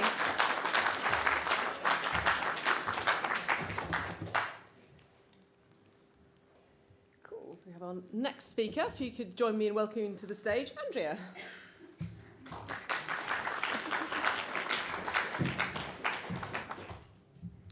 Well, hello, I'm Andrea Heath, and I'm one of the Senior Information Specialists at NICE. I'm going to talk to you about Elicit as well. I'm going to talk to you about a project we've recently done at NICE. First of all, I thought I'd give you a bit of an overview. I'm going to talk a little bit about the background to why we were doing this and what we were doing, project aim. We used 2 different method types. We did some quantitative research and some qualitative research, and then I'll talk a bit at the end about our conclusions and recommendations. First of all, a little bit about NICE. We're a guideline producing organisation. Our overarching aim is to help practitioners and commissioners get the best care to patients as quickly as possible. And then within that, our core aims are producing useful and usable guidance, using rigorous methods, and encouraging the uptake of guidance. But the aim that I'm going to focus on more today is our aim to focus on what matters most by prioritising topics. I also thought it would be useful to explain what I mean about surveillance, in case that's useful. When a piece of guidance is published, a guidance recommendation or anything, then it isn't static, because as you probably hear all the time, there are more papers and more studies being published all the time. So we have to find a way of finding out if any of these new studies will impact our guidance. The surveillance process will therefore identify information that might clarify what we say, or confirm what we say, or contradict what we say. So then we have to make a decision of whether to update our guidance or change it, leave it as it is, or even retire it. We also have the NICE prioritisation board, who make a decision on which topics should be prioritised, as in which should be most useful for the health and care service. And then I come to our team. I'm in the evidence and knowledge team. We're a group of information specialists. We perform literature searches for all of the guidance producing teams. I've got them in green circles. And we also perform literature searches for the surveillance and prioritisation team. So we perform literature reviews for them, and we also give input to the briefing notes, which help the prioritisation board decide on which topics to go forward with. And then you've already had a look at Elicit. We didn't pay for it. We used the basic version for our project. The basic version, you just get 10 papers. It only takes a minute. You put a question in, and then on the right-hand side, it gives you a little summary with the citations, and on the left, it lists the citations, and it gives a little summary of each one. It tells you how it might relate to your question. It also tells you sometimes that it doesn't relate to your question, which I always find quite amusing. So our project aim was to see if we could use Elicit to look for the information that we need for surveillance or prioritisation topics. There were 7 of us in the project team. 4 of us were information specialists and 3 of us were analysts from the surveillance team. This is familiar because you've just been hearing from Sue. We had a look at what other papers were around. So we looked at Sue's paper, we saw the Bernard paper, there were a couple of others as well. And we also did a bit of evaluation at the beginning. We used the Canada Drug Agency evaluation criteria because we were thinking about which tool to try out. We needed it, in this case, we needed it to do some searching and some screening, which Elicit does. We had to be careful. We chose a source that where we knew the source of the citations. So it was Semantic Scholar. As you just heard, it does change quite often. So when we were using it, it wasn't searching PubMed and OpenAlex, but it does now. We also needed it to find the kind of study that we find. And we also had to make sure it was going to search the biomedical literature. So we did some, as I mentioned, we did some quantitative research. But before we started it, we did some pre-testing. We picked 3 topics that we'd already searched for one of our prioritisation board briefing notes. And 3 of us in the team used the same prompt to search for the question for these 3 topics. We wanted to see if all 3 of us would get the same results if we did it on the same day. Because as you probably noticed, sometimes with search engines, it can be influenced by what you've already searched. So we just wanted to see if that would happen or not, and it didn't. For the actual quantitative research, we chose 12 topics. Again, these 12 topics were topics that we'd already done our own traditional searches for. So that was the gold standard for comparison. We just did the prevalence part because we searched for different aspects for these briefings. So we looked at the prevalence of the condition. We also developed some prompts. And to do that, all 7 of us independently tried out some different prompts to see what we would find for the 3 pre-testing topics. And then we got together and had a look at what we'd found, and we decided on the prompts that we would actually use for the actual thing. So one of the information specialists in the project team did the searches on Elicit, and then they sent the results to the 3 analysts from surveillance. And those are the prompts. We'd found, when we were testing them, we found that it was better to use simple prompts because the complicated prompts just didn't seem to work out. And we didn't necessarily go through all 4 steps. The step 1 was whether the 3 prompts would find what we hoped for. And if it didn't, we would go on to step 2 and 3 and 4. And once we'd done these searches, they were handed over to the surveillance analysts. So they were seeing if the Elicit results found exactly what we'd already found in our traditional searches, or if the information was good enough. And to be good enough, it had to be the correct population, had to be UK data, because we were only interested in that for prevalence. It had to be within the last 5 years, and it had to be of a certain quality. So we were using the Joanna Briggs Institute checklist for prevalence.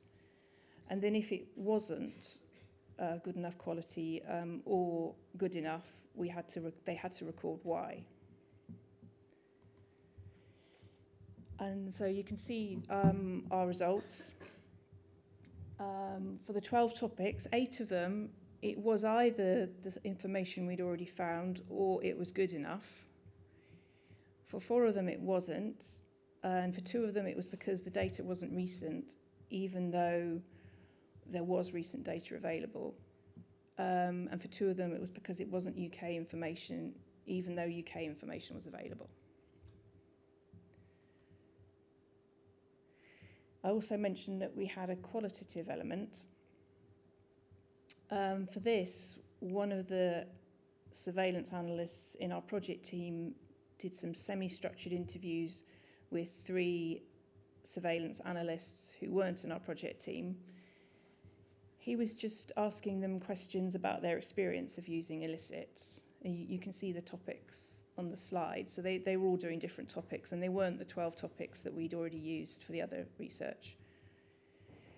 And he found some themes. They thought it was useful for gaining basic knowledge about a condition. So when they're starting something, it's useful to get a bit of background about what the key themes of the condition are.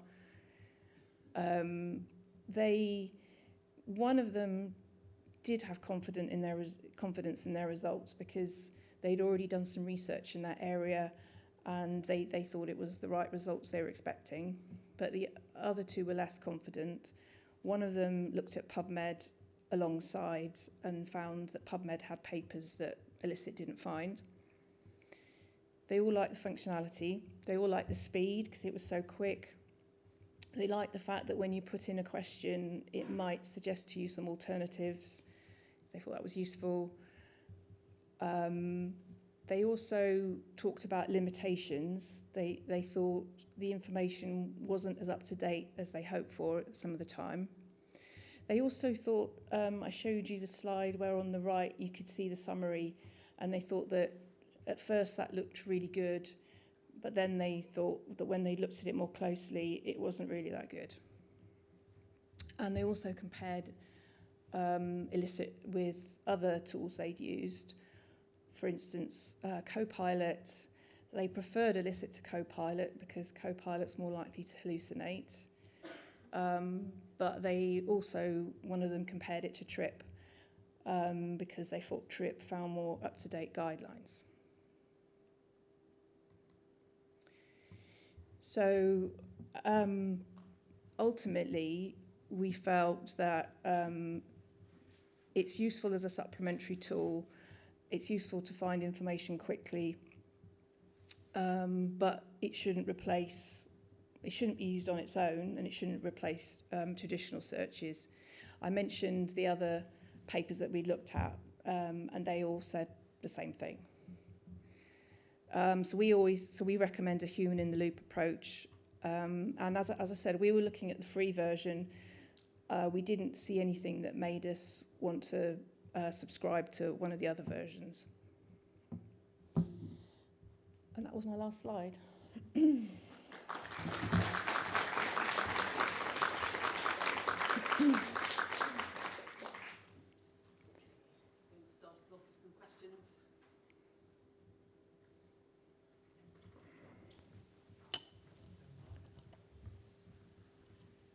One question that I think many people may have had is the hallucination or the error rate. I've been using Elicit for a while now, and I haven't seen a single time that it generates a reference that does not exist.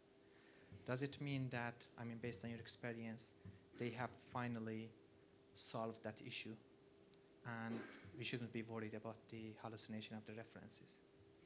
We didn't find hallucination of references in Elicit. It was Copilot.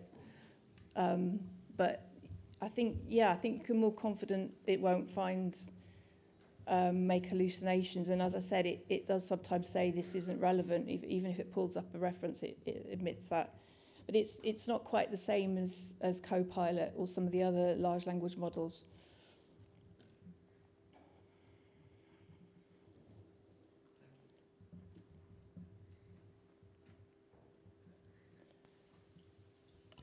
Hi, I'm just a little bit surprised by where you decided only to go with the free option, because I think it can be very biased if you only limit it to 10 results, right? On the other hand, I also would find it maybe difficult to justify paying for such a service if it's actually not giving you what a real systematic review does. So I suppose there are many trade-offs, but yeah, that was just my observation. Yeah, thank you. Yeah, well, we were just trying it out as a useful way of trying out an AI tool. If it had performed better, then perhaps we would have thought about subscribing to one of the paid options.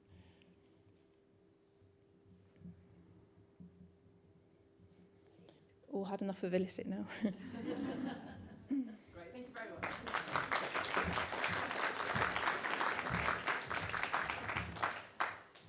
Super. Well, thank you very much to both of our speakers. We're now going to hand over for our keynote speaker, the legendary Julie Glanville.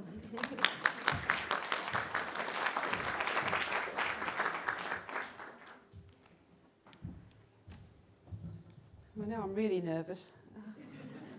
Don't get out much, so... okay, thank you for the invitation to come today. It's been a really lovely day, hasn't it? It's been so interesting, so many different papers. So I'm very pleased to be able to join you. I'm going to talk to you about the role of AI in designing searches, not so much on the retrieval side, but on how far AI might help us with actually designing searches from scratch. So I'm hoping what I'm going to talk about will complement what Sue and colleagues have been talking about. So I'm an independent consultant in information retrieval, and my background's in systematic reviews, and I've worked in consultancy companies and research centres. So I was sort of doing lots of reading around, and I was thinking, well, what I'm most interested in search strategy design.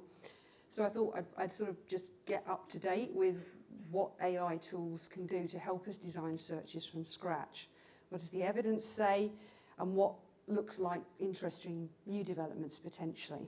I'm also going to touch on how we evaluate AI tools, and Sue and colleagues have already sort of touched on that a bit, which is really useful.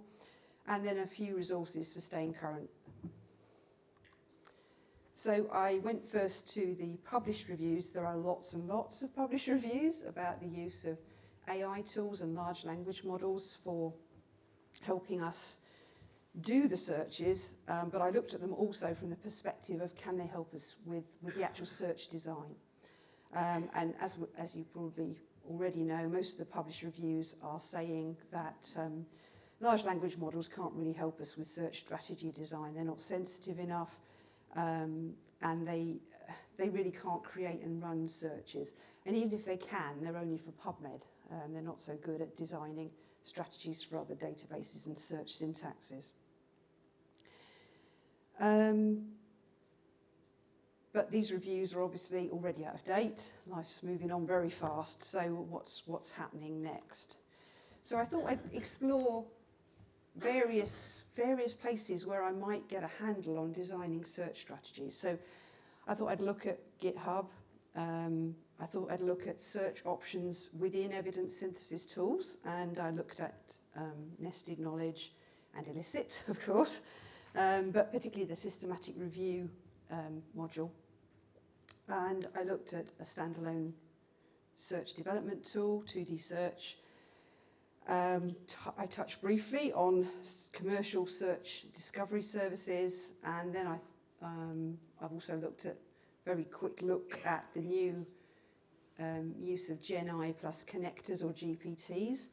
And as I'm reading around, I'm also discovering lots of alternatives to Boolean approaches. So not wishing to be a dinosaur, I've also want to just highlight some of those. So lots of people are developing search development tools and putting them up on GitHub and other software sites. And it's really, really depressing in a way, because I don't know how to use Python and I don't know how to use R. Now these are skills I clearly need to acquire, because there's all sorts of exciting looking stuff on GitHub. So this is just one example. Obviously I can't evaluate it because I don't know how to use Python. But I thought it was just really useful to see what people are doing. This one's got a nice published evaluation with it. And I thought what was also really interesting was that diagram, because that diagram shows us how complicated it is to do what we do as searchers. You've got to get all that working together to even try to approximate what we do when we're designing searches. So lots of things out there, and it would be really nice if people were evaluating these independently and sort of telling us which ones are good, are worth exploring.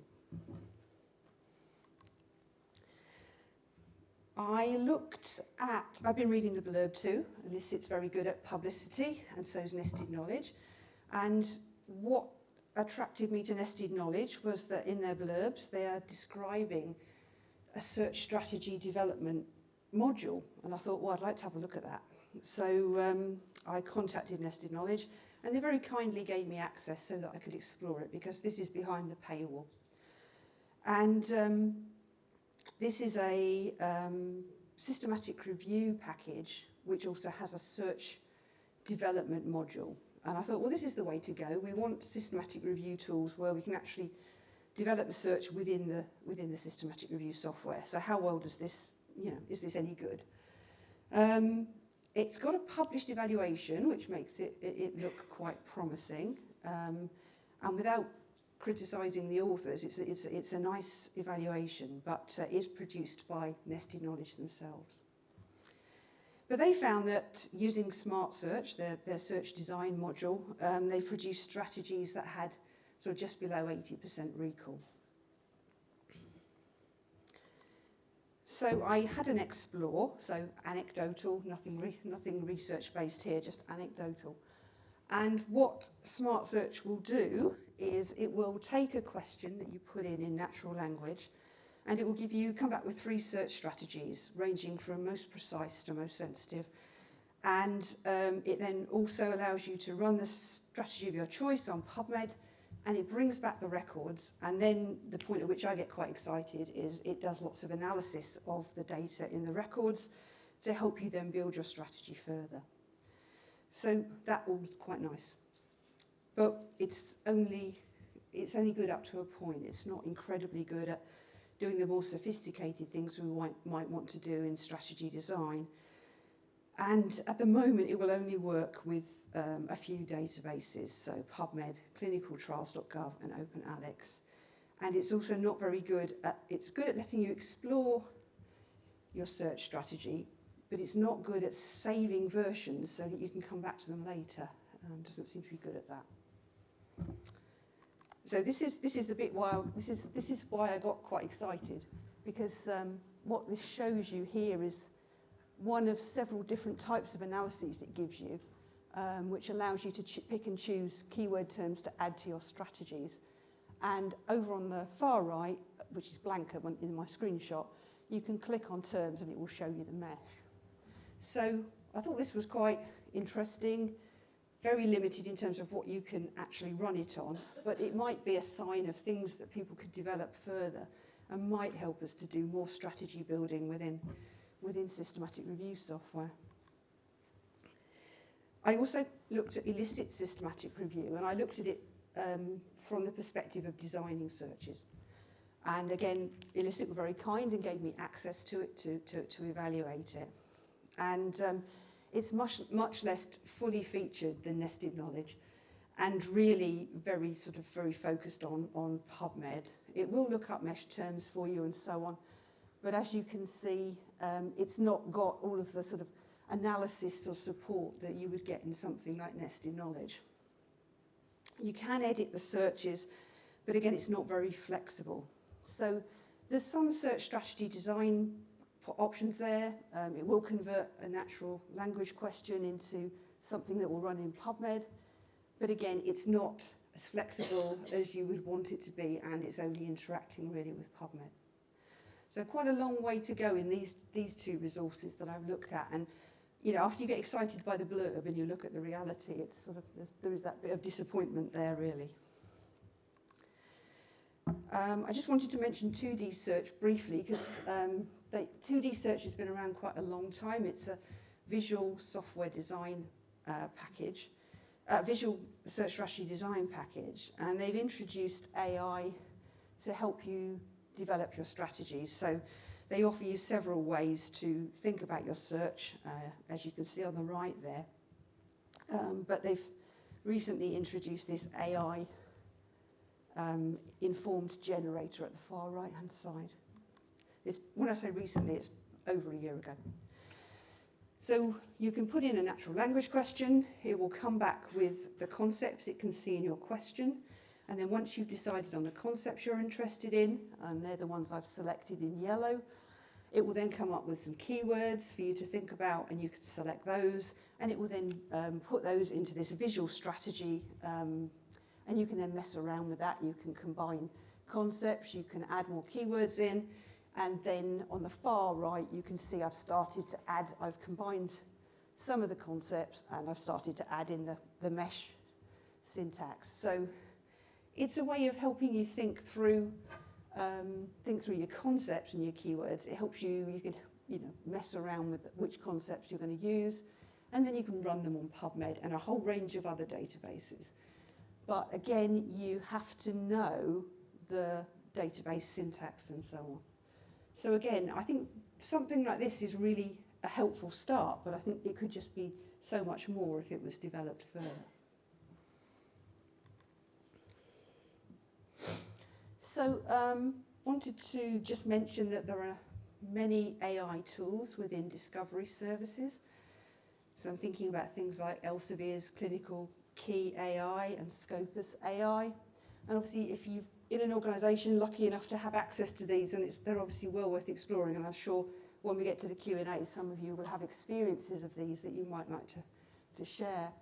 Not too many evaluations yet, as these are recent and fast developing, but there is, I've cited this Ciule paper there, but amongst these many useful activities, Aaron Tay has recently talked about the differences between 3 of these discovery interfaces and on his blog, so that's well worth checking out as well.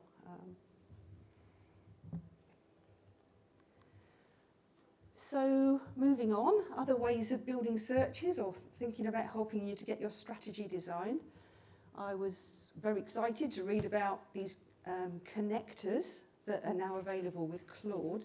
So with Claude, I buy Claude, so I've got a subscription to Claude, and it now has an option to connect to PubMed, clinicaltrials.gov, and the Wiley AI Gateway. And what this means is that you're actually interacting not just with the Gen AI, but you're also interacting with PubMed at the same, or clinicaltrials.gov at the same time. So in his blog, Aaron Tay has suggested that you can now do all sorts of exciting things in Claude with sort of a more reality check to PubMed, and he's suggested a whole range of options that you could do. So obviously very early days with these new things, and we obviously need some formal evaluations. But I've done some exploration, as I'm sure many of you have done as well. I thought it did a reasonable job of providing PubMed searches, both when you gave it some seed studies and when you didn't. In both cases, it managed to produce reasonable strategies. It even produced multi-stranded searches in one of my explorations, which I was quite unexpected it would do that. What I think it's probably even better at is giving you critiques of search strategies using the press checklist. So it does come back with lots of very useful comments. It also comes back with some quite odd comments. So obviously the real message here is that it's still not for the uninitiated. You still need to be an expert to be able to decide which of the comments that it gives you you're going to be useful and are you going to act on. because it's a weird mixture of usefulness and things that are wrong. I tried it with translating from PubMed to Embase, and it wasn't very good at that, really. It doesn't really do it very well. So again, I'm probably not going to, at this point, waste my time using it for search translation. Similar idea with ChatGPT. There's now this GPT called PubMed Buddy that you can call into your ChatGPT. I don't pay for ChatGPT, so I'm not sure whether I'm getting the full service or not, but I tried out the same sorts of searches on ChatGPT, and again, it can develop, sometimes quite reasonable searches in PubMed, and you can refine your searches and develop them further with the records that it finds. And it does come back with, useful suggestions about how you could improve your search further. But it does then have its weaknesses, still huge reliance on phrases and inability to recognise term redundancy, which is sort of a bit frustrating, really. And again, not good at translating to other databases, but then I guess you're searching with the PubMed Buddy, so why would it be any good at that? But again, I asked it to critique search strategies, and it is quite helpful again with what it comes back with, but then it's things that are totally wrong as well. So that example down there just produces 0 hits. So it's again, you need to know what you're doing to make sense of what it's offering. So it's going to be hard for the people who are not information specialists or not experienced in searching to winnow out the rubbish from the good stuff. I also I've been reading that Perplexity Deep Research now did search strategy design as well. But I tested that out and I was not impressed at all sorts of problems, so I wouldn't even go near that at the moment. But again, it was better at critiquing strategies than it was at producing them. So as I mentioned, I'm focusing on search strategy design, trying to think about searching in the traditional way. But obviously, that's not maybe where the future is. The future is probably in some sort of other approach. So from reading around, you can see all sorts of things that people are exploring. So citation analysis, we can see that some of the RAG tools are using citation analysis. So Undermined is using citation analysis amongst other things in its algorithms.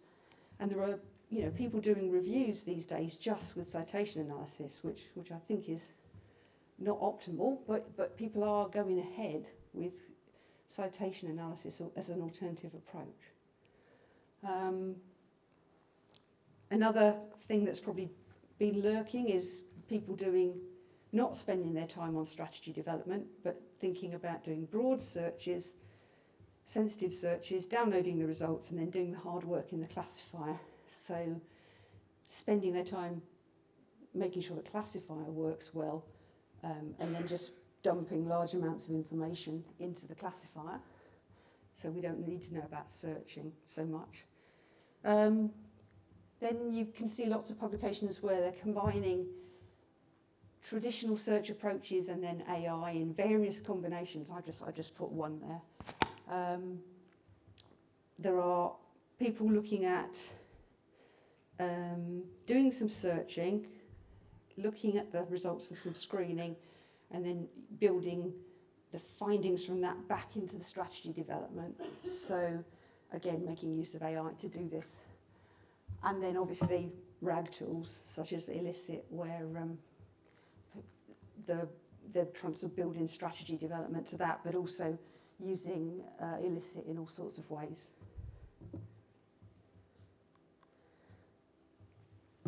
I'm going to go on to talk about evaluation.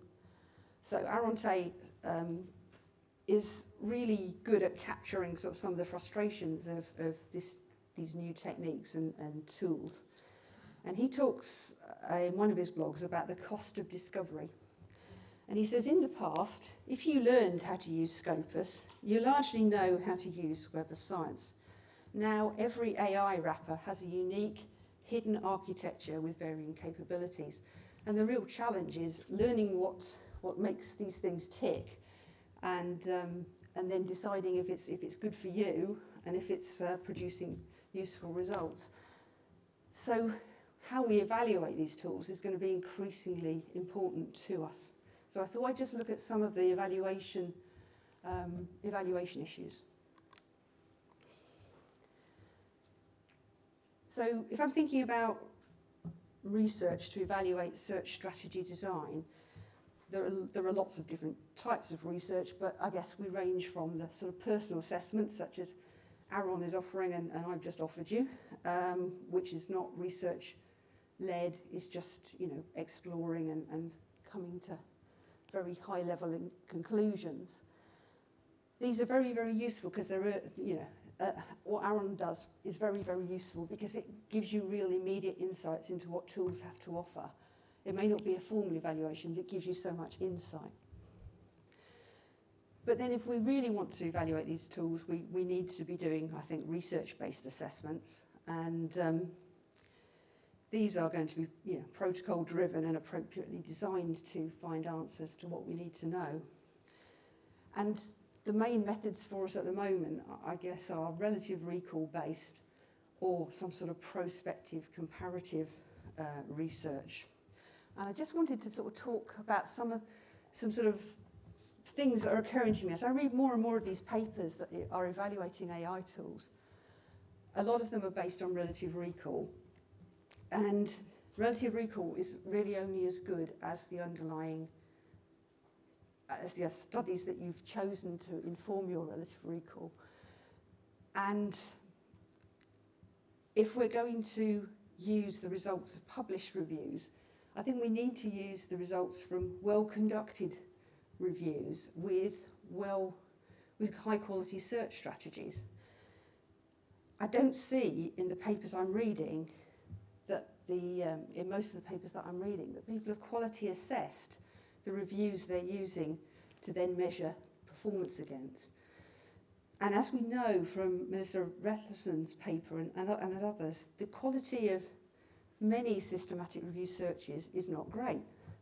So what we really need, I think, is to have more emphasis in evaluations on making sure that the reviews we've used for our relative recall approaches are good quality reviews with good quality searches. And I think we need more of that to then be sure that performance is being measured in a coherent way. And so I think what would help, and I think you know, we've sort of talked about this already today, is it would be great to have more test or validation sets that we could use. There are some published sets around, but we need more test sets so that we can do the evaluations faster, or validation sets, so we can do the evaluations faster. So the other approaches that you see with evaluations are prospective comparative studies, and some of these are studies within reviews, studies in these SWAs, and those are great because they give you real life information. They're not looking back in time and, you know, got this artificial comparison. They're like, you know, you're getting the information as you're doing the work, and what you've got in these types of research are you've got parallel investigations going on, hopefully about the same time as each other. But maybe with these evaluations, increasingly, we need third-party independent assessments of the quality of the searches, because you've already got some variation because you've got two teams in parallel. But there needs perhaps to be some more independent judgment about whether the searches that either side has produced are high quality. So these are very valuable studies, and hopefully we'll see more of them. So I'm just going to highlight a few evaluation tools. I'm not going to recommend any in the sense of saying which ones I think are most useful, but I just wanted to highlight that there are lots of evaluation tools around. Some, they vary in what they evaluate, and they're also, you can see that they're designed for different purposes. So the first one I wanted to just highlight is Cassandra Gorton's tool, which is very straightforward and focused on sort of pragmatic usability issues. And the real shame with things like this is that I don't think it's being updated. So you get really excited when you see a nice new publication and something on the web, but then it doesn't get updated, which is no reflection on Cassandra, but you know, it's what life is like. Harasgama has produced an evaluation of 8 AI tools, and there's this comparison chart. And the reason I've picked this one out is because this one actually looks at the published research about each of the tools as well, to add into the sort of personal evaluation that they've undertaken. This one is a tool for assessing the quality of ChatGPT generated Boolean search queries. And it's really interesting because it's all about presence absence of particular features of the strategy that the ChatGPT has produced, but it's not about the quality of the search. So it asks if they've put in truncation and so on, and has it put in Booleans, but it doesn't say in terms of the terms, were they the right ones? So it's an interesting sort of form of evaluation. So here we can start to see tools getting more granular and collecting more information. And then Canada's drug agency, which already has been mentioned today, which has an incredible level of, I think needs an incredible level of understanding to complete properly. So I've highlighted this first thing about compliance, and I was thinking, crikey, I'm going to have to read a lot to be able to answer that one. So here you've got a tool that's probably going to be most used for an organisation that's making big decisions, where you can actually invest in actually spending time to make these evaluations. And that's just part of the completed form.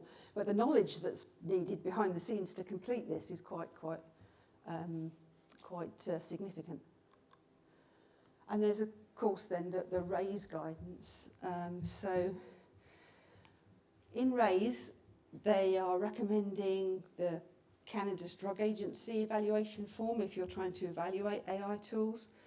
And they've also got this template for reporting how an AI tool was developed and validated.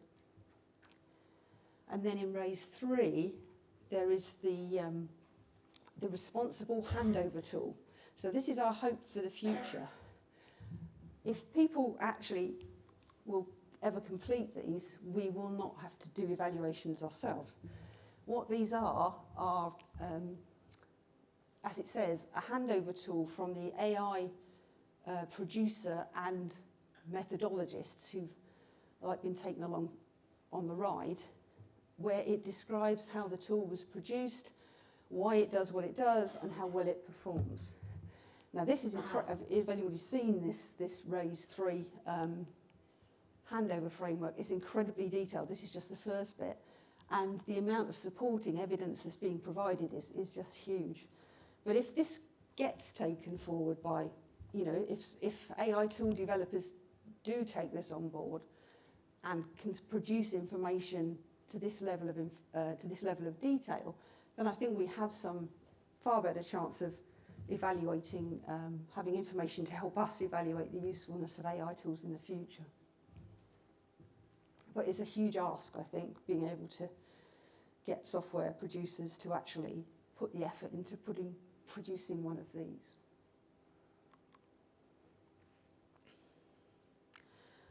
So keeping up to date, this is personal sort of preferences. I've put these things up on my little website thing. So if you want to find out about them, you can always, if you're not getting the picture, you can always email me if you want to get access. So where do we go to keep up to date with this fast-moving world?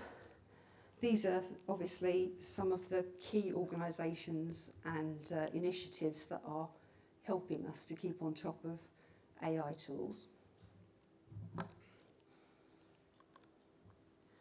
You've got Dean Giustini's blog, really useful for all sorts of things, but for definitions, very good for, you see a new term and you think, oh my God, what's that?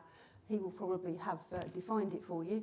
And also increasingly he's putting up entries for a lot of the tools. So if you wanted to learn about Elicit, there's a page for Elicit, and every time new publications come out about Elicit, you can check them out on there.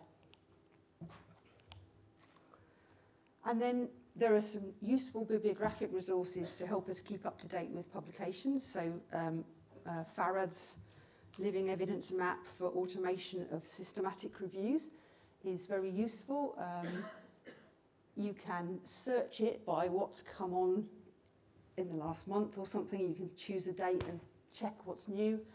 And it's just very, very useful that somebody is searching broadly, selecting information that looks relevant to what we're interested in and putting it on his resource. So that's really lovely. And then there's obviously the systematic review toolbox, which is a continuing useful source. And then I've mentioned Aaron Tay several times. He produces a list of search engines, which is separate from his blog. So this is the search engines bit. I'm sorry, I should have updated the thing. It's been updated since April 2025. Because I went and checked last week. And then there's his blog, which seems to be like one every week, which is incredibly helpful. And then conferences and meetings like this are also incredibly useful for keeping up to date. So as I think you'll have gathered, I think we're still waiting for really useful tools which generate search strategies in full for us.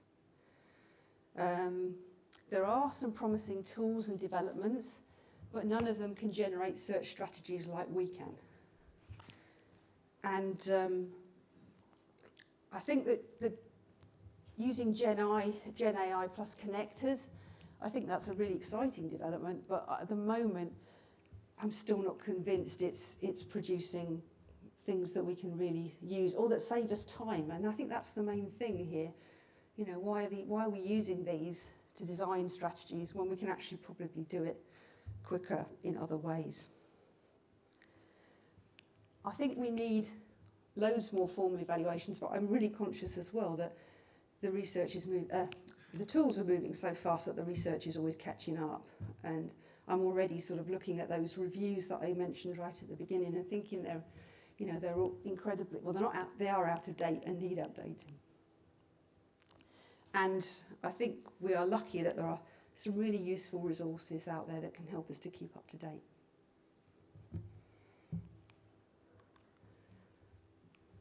And that's it. You can wait for that. Thank you, Julie, for that keynote, which I don't think could be any more relevant to what's going on at the minute. I'm sure people have some questions for her. We've got a few minutes to do so. Anna? Thank you. Hello. So, one of my biggest bugbears is the lack of user interfaces. So things like stored on GitHub. What I also find is that with a lot of these tools, they're just not quite fit for purpose. And that's because they've been designed by people who are designing them for us, not with us. And we're going through these stages of evaluation. We're doing things in the RAISE guidelines, which talks about handover documents. But actually, to me, I think the benefit would stand in this kind of co-creation and end-user engagement at these very early stages before these tools are even present. Have you got any ideas or suggestions about how we might stamp our feet loud enough to get people to hear us when we say this? No, I would have thought, for sort of like nested knowledge, they have been, that's there now. But they were in sort of like a year or a year and a half ago. They were doing lots of webinars where people, from our profession were in there talking as well, and they seem to sort of say, yes, we need your input as well. But I sort of see it a bit, but I don't sort of see it enough. But yeah, I have no constructive ideas really about getting in there, because it's persuading software engineers that they need You need the end user as well. Not necessarily the end user, but people who actually understand what it's got to do rather than what it can do, what it might do. Yeah, I have no... Other people may have better experiences of me, but better knowledge than me about how to achieve that. I think you can only just take part in webinars and make your point felt. I think one thing might help though is having more, is being able to send people who are developing tools examples of what we think are good evaluations by independent people. Because I think what I've shown you here are people, organisations, tool producers who are really going to the efforts of doing evaluations, but what they didn't do was pay somebody else to do it, which would have been better. Not pay somebody else, but you know what I mean. It's getting independent work with a view on what works.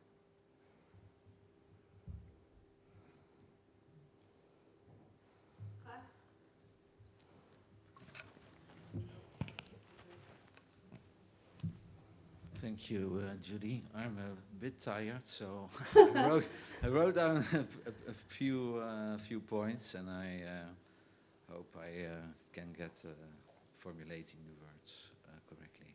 So thank you for your talk.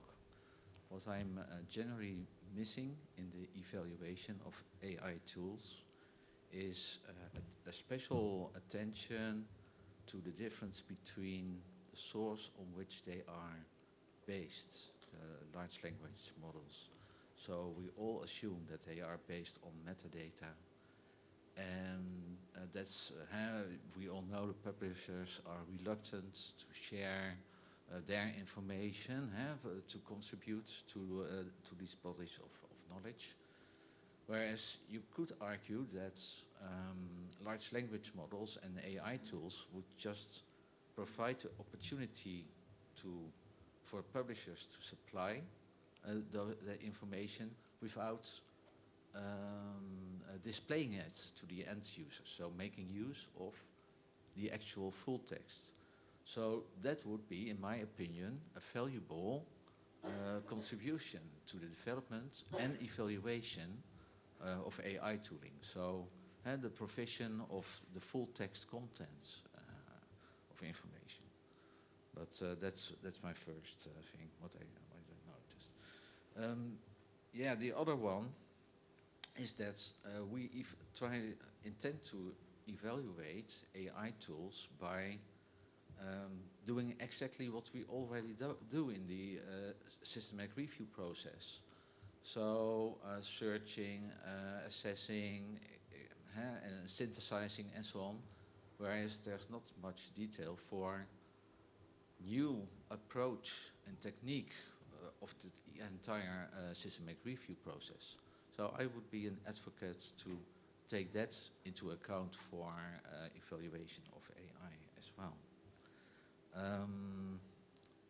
Yeah, and then the other thing I'm missing in evaluation of AI tools is the difference between research questions that are about qualitative versus quantitative research questions. So I can imagine there's a quite performance difference between the both. So it's just, addressing these three items, just an observation from my part, from my side. Thank you. I don't know if you would like to reflect on it or take it as it is, but thank you. I think just in reference to your last point, I think what you see with the selection of evaluation tools that I put up there is people struggling with the various dimensions of evaluation. So there is the usability question and how easy is it to use, and sometimes some evaluation tools mark down things that aren't easy to use, but then even though there's a learning curve, they might actually be worth learning. So I think you see quite a lot of you see people struggling both with the things they can measure easily and the things they're not able to measure in some of those evaluation tools. Hello. I'm just reflecting on the keynote from this morning's room, and we're talking about PubMed, and I noticed a lot of the tools that you looked at for AI development, and the search strategies are using PubMed. Yeah. I think you know where I'm going to go from here. Yeah. So what's your reflections and thoughts on it? Because are we losing the validity of what research has taken place to say these tools can be have the sensitivity and precision when we have a lot of questions and we have an insurance being built in place? Yeah, no, it's all predicated on PubMed. There's this whole, everything we're evaluating is related to PubMed, and so, yeah, the insurance is really important. Otherwise, we won't have, most of these AI tools won't be very helpful either, because if PubMed starts to go behind a paywall or whatever happens to it, So yeah, it's we're totally tied up with PubMed, aren't we? And clinicaltrials.gov as well. We just got to hope that they keep maintaining and giving us access to clinicaltrials.gov. Otherwise, that will also be a huge loss of information. Yeah, thanks for that. Yeah. Any more questions, Julie? Okay. Oh, sorry. I don't have a question. I guess I have an observation. I'm just going to shout.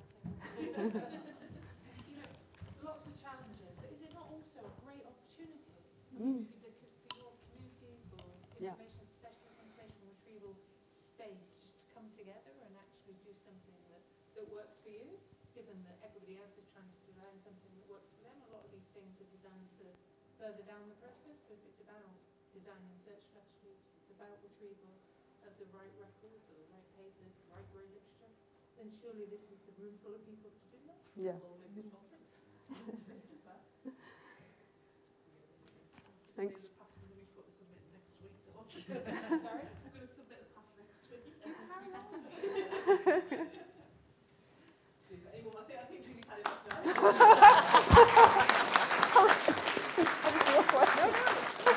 Really a question, but it does feel like. Really excellent keynote. Thank you very much. So thank you so much, Julie, and indeed both of our speakers that gave the oral presentations as well. I think the thing I've learned from this afternoon is that AI isn't here to take our jobs yet, but we shall see. I've had a great day. I hope you have too. So here to close the conference officially is, there we go. More QR codes, if anyone wants to grab that one quickly. If not, I shall welcome to the stage our very own Dr. Fiona Beyer.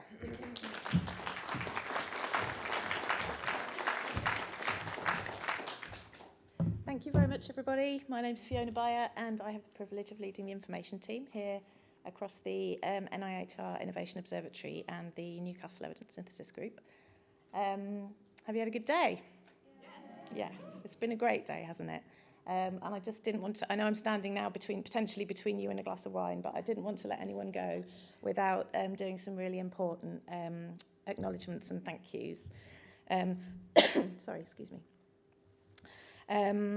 So I wanted to say thank you very much, first of all, to the committee who's organised this event, led very ably by Jen Taylor, so thank you, Jen.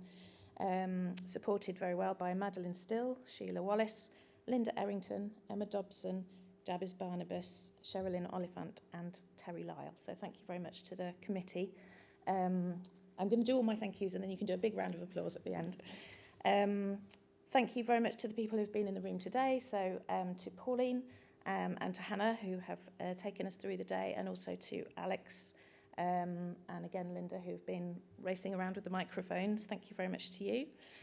Thank you to Stu, who may or may not still be here, who's been doing the tech for us. Thank you, Stu. Thank you to the Innovation Observatory and to Dawn Craig for sponsorship of the day and hosting, alongside the Methodology Incubator and Claire Jinks, who directs that. Thank you to our keynote speakers again. Thank you for a really thought-provoking keynote, Julie. Given us lots to think about.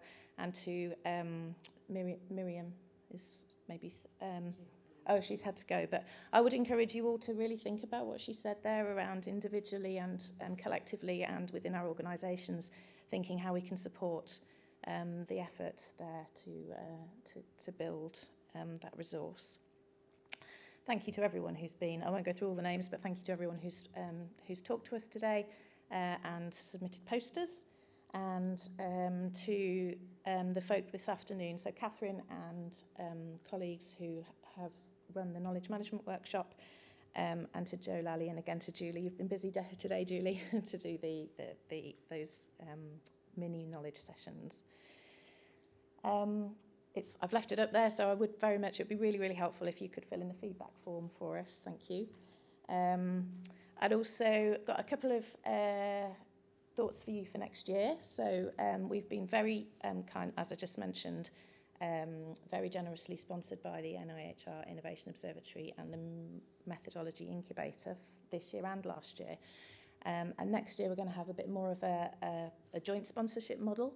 So I'd like you to think about if your organisation or any kind of methods that we can use in order to sponsor this, co-sponsor this event for next year. So that's a challenge I'd like to put out to you. We also need a committee to organise next year. So please do get in touch if you feel you've got a bit of capacity to help us with organising the event and or some thoughts about funding the event. That would be really great, because it would be great to see this again for next year. So I'll just check my memory.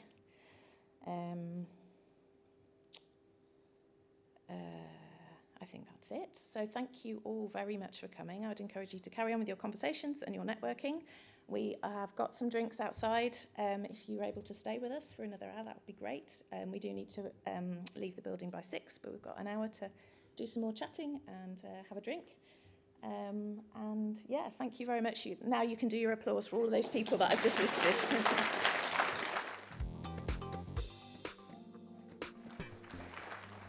And see you next year.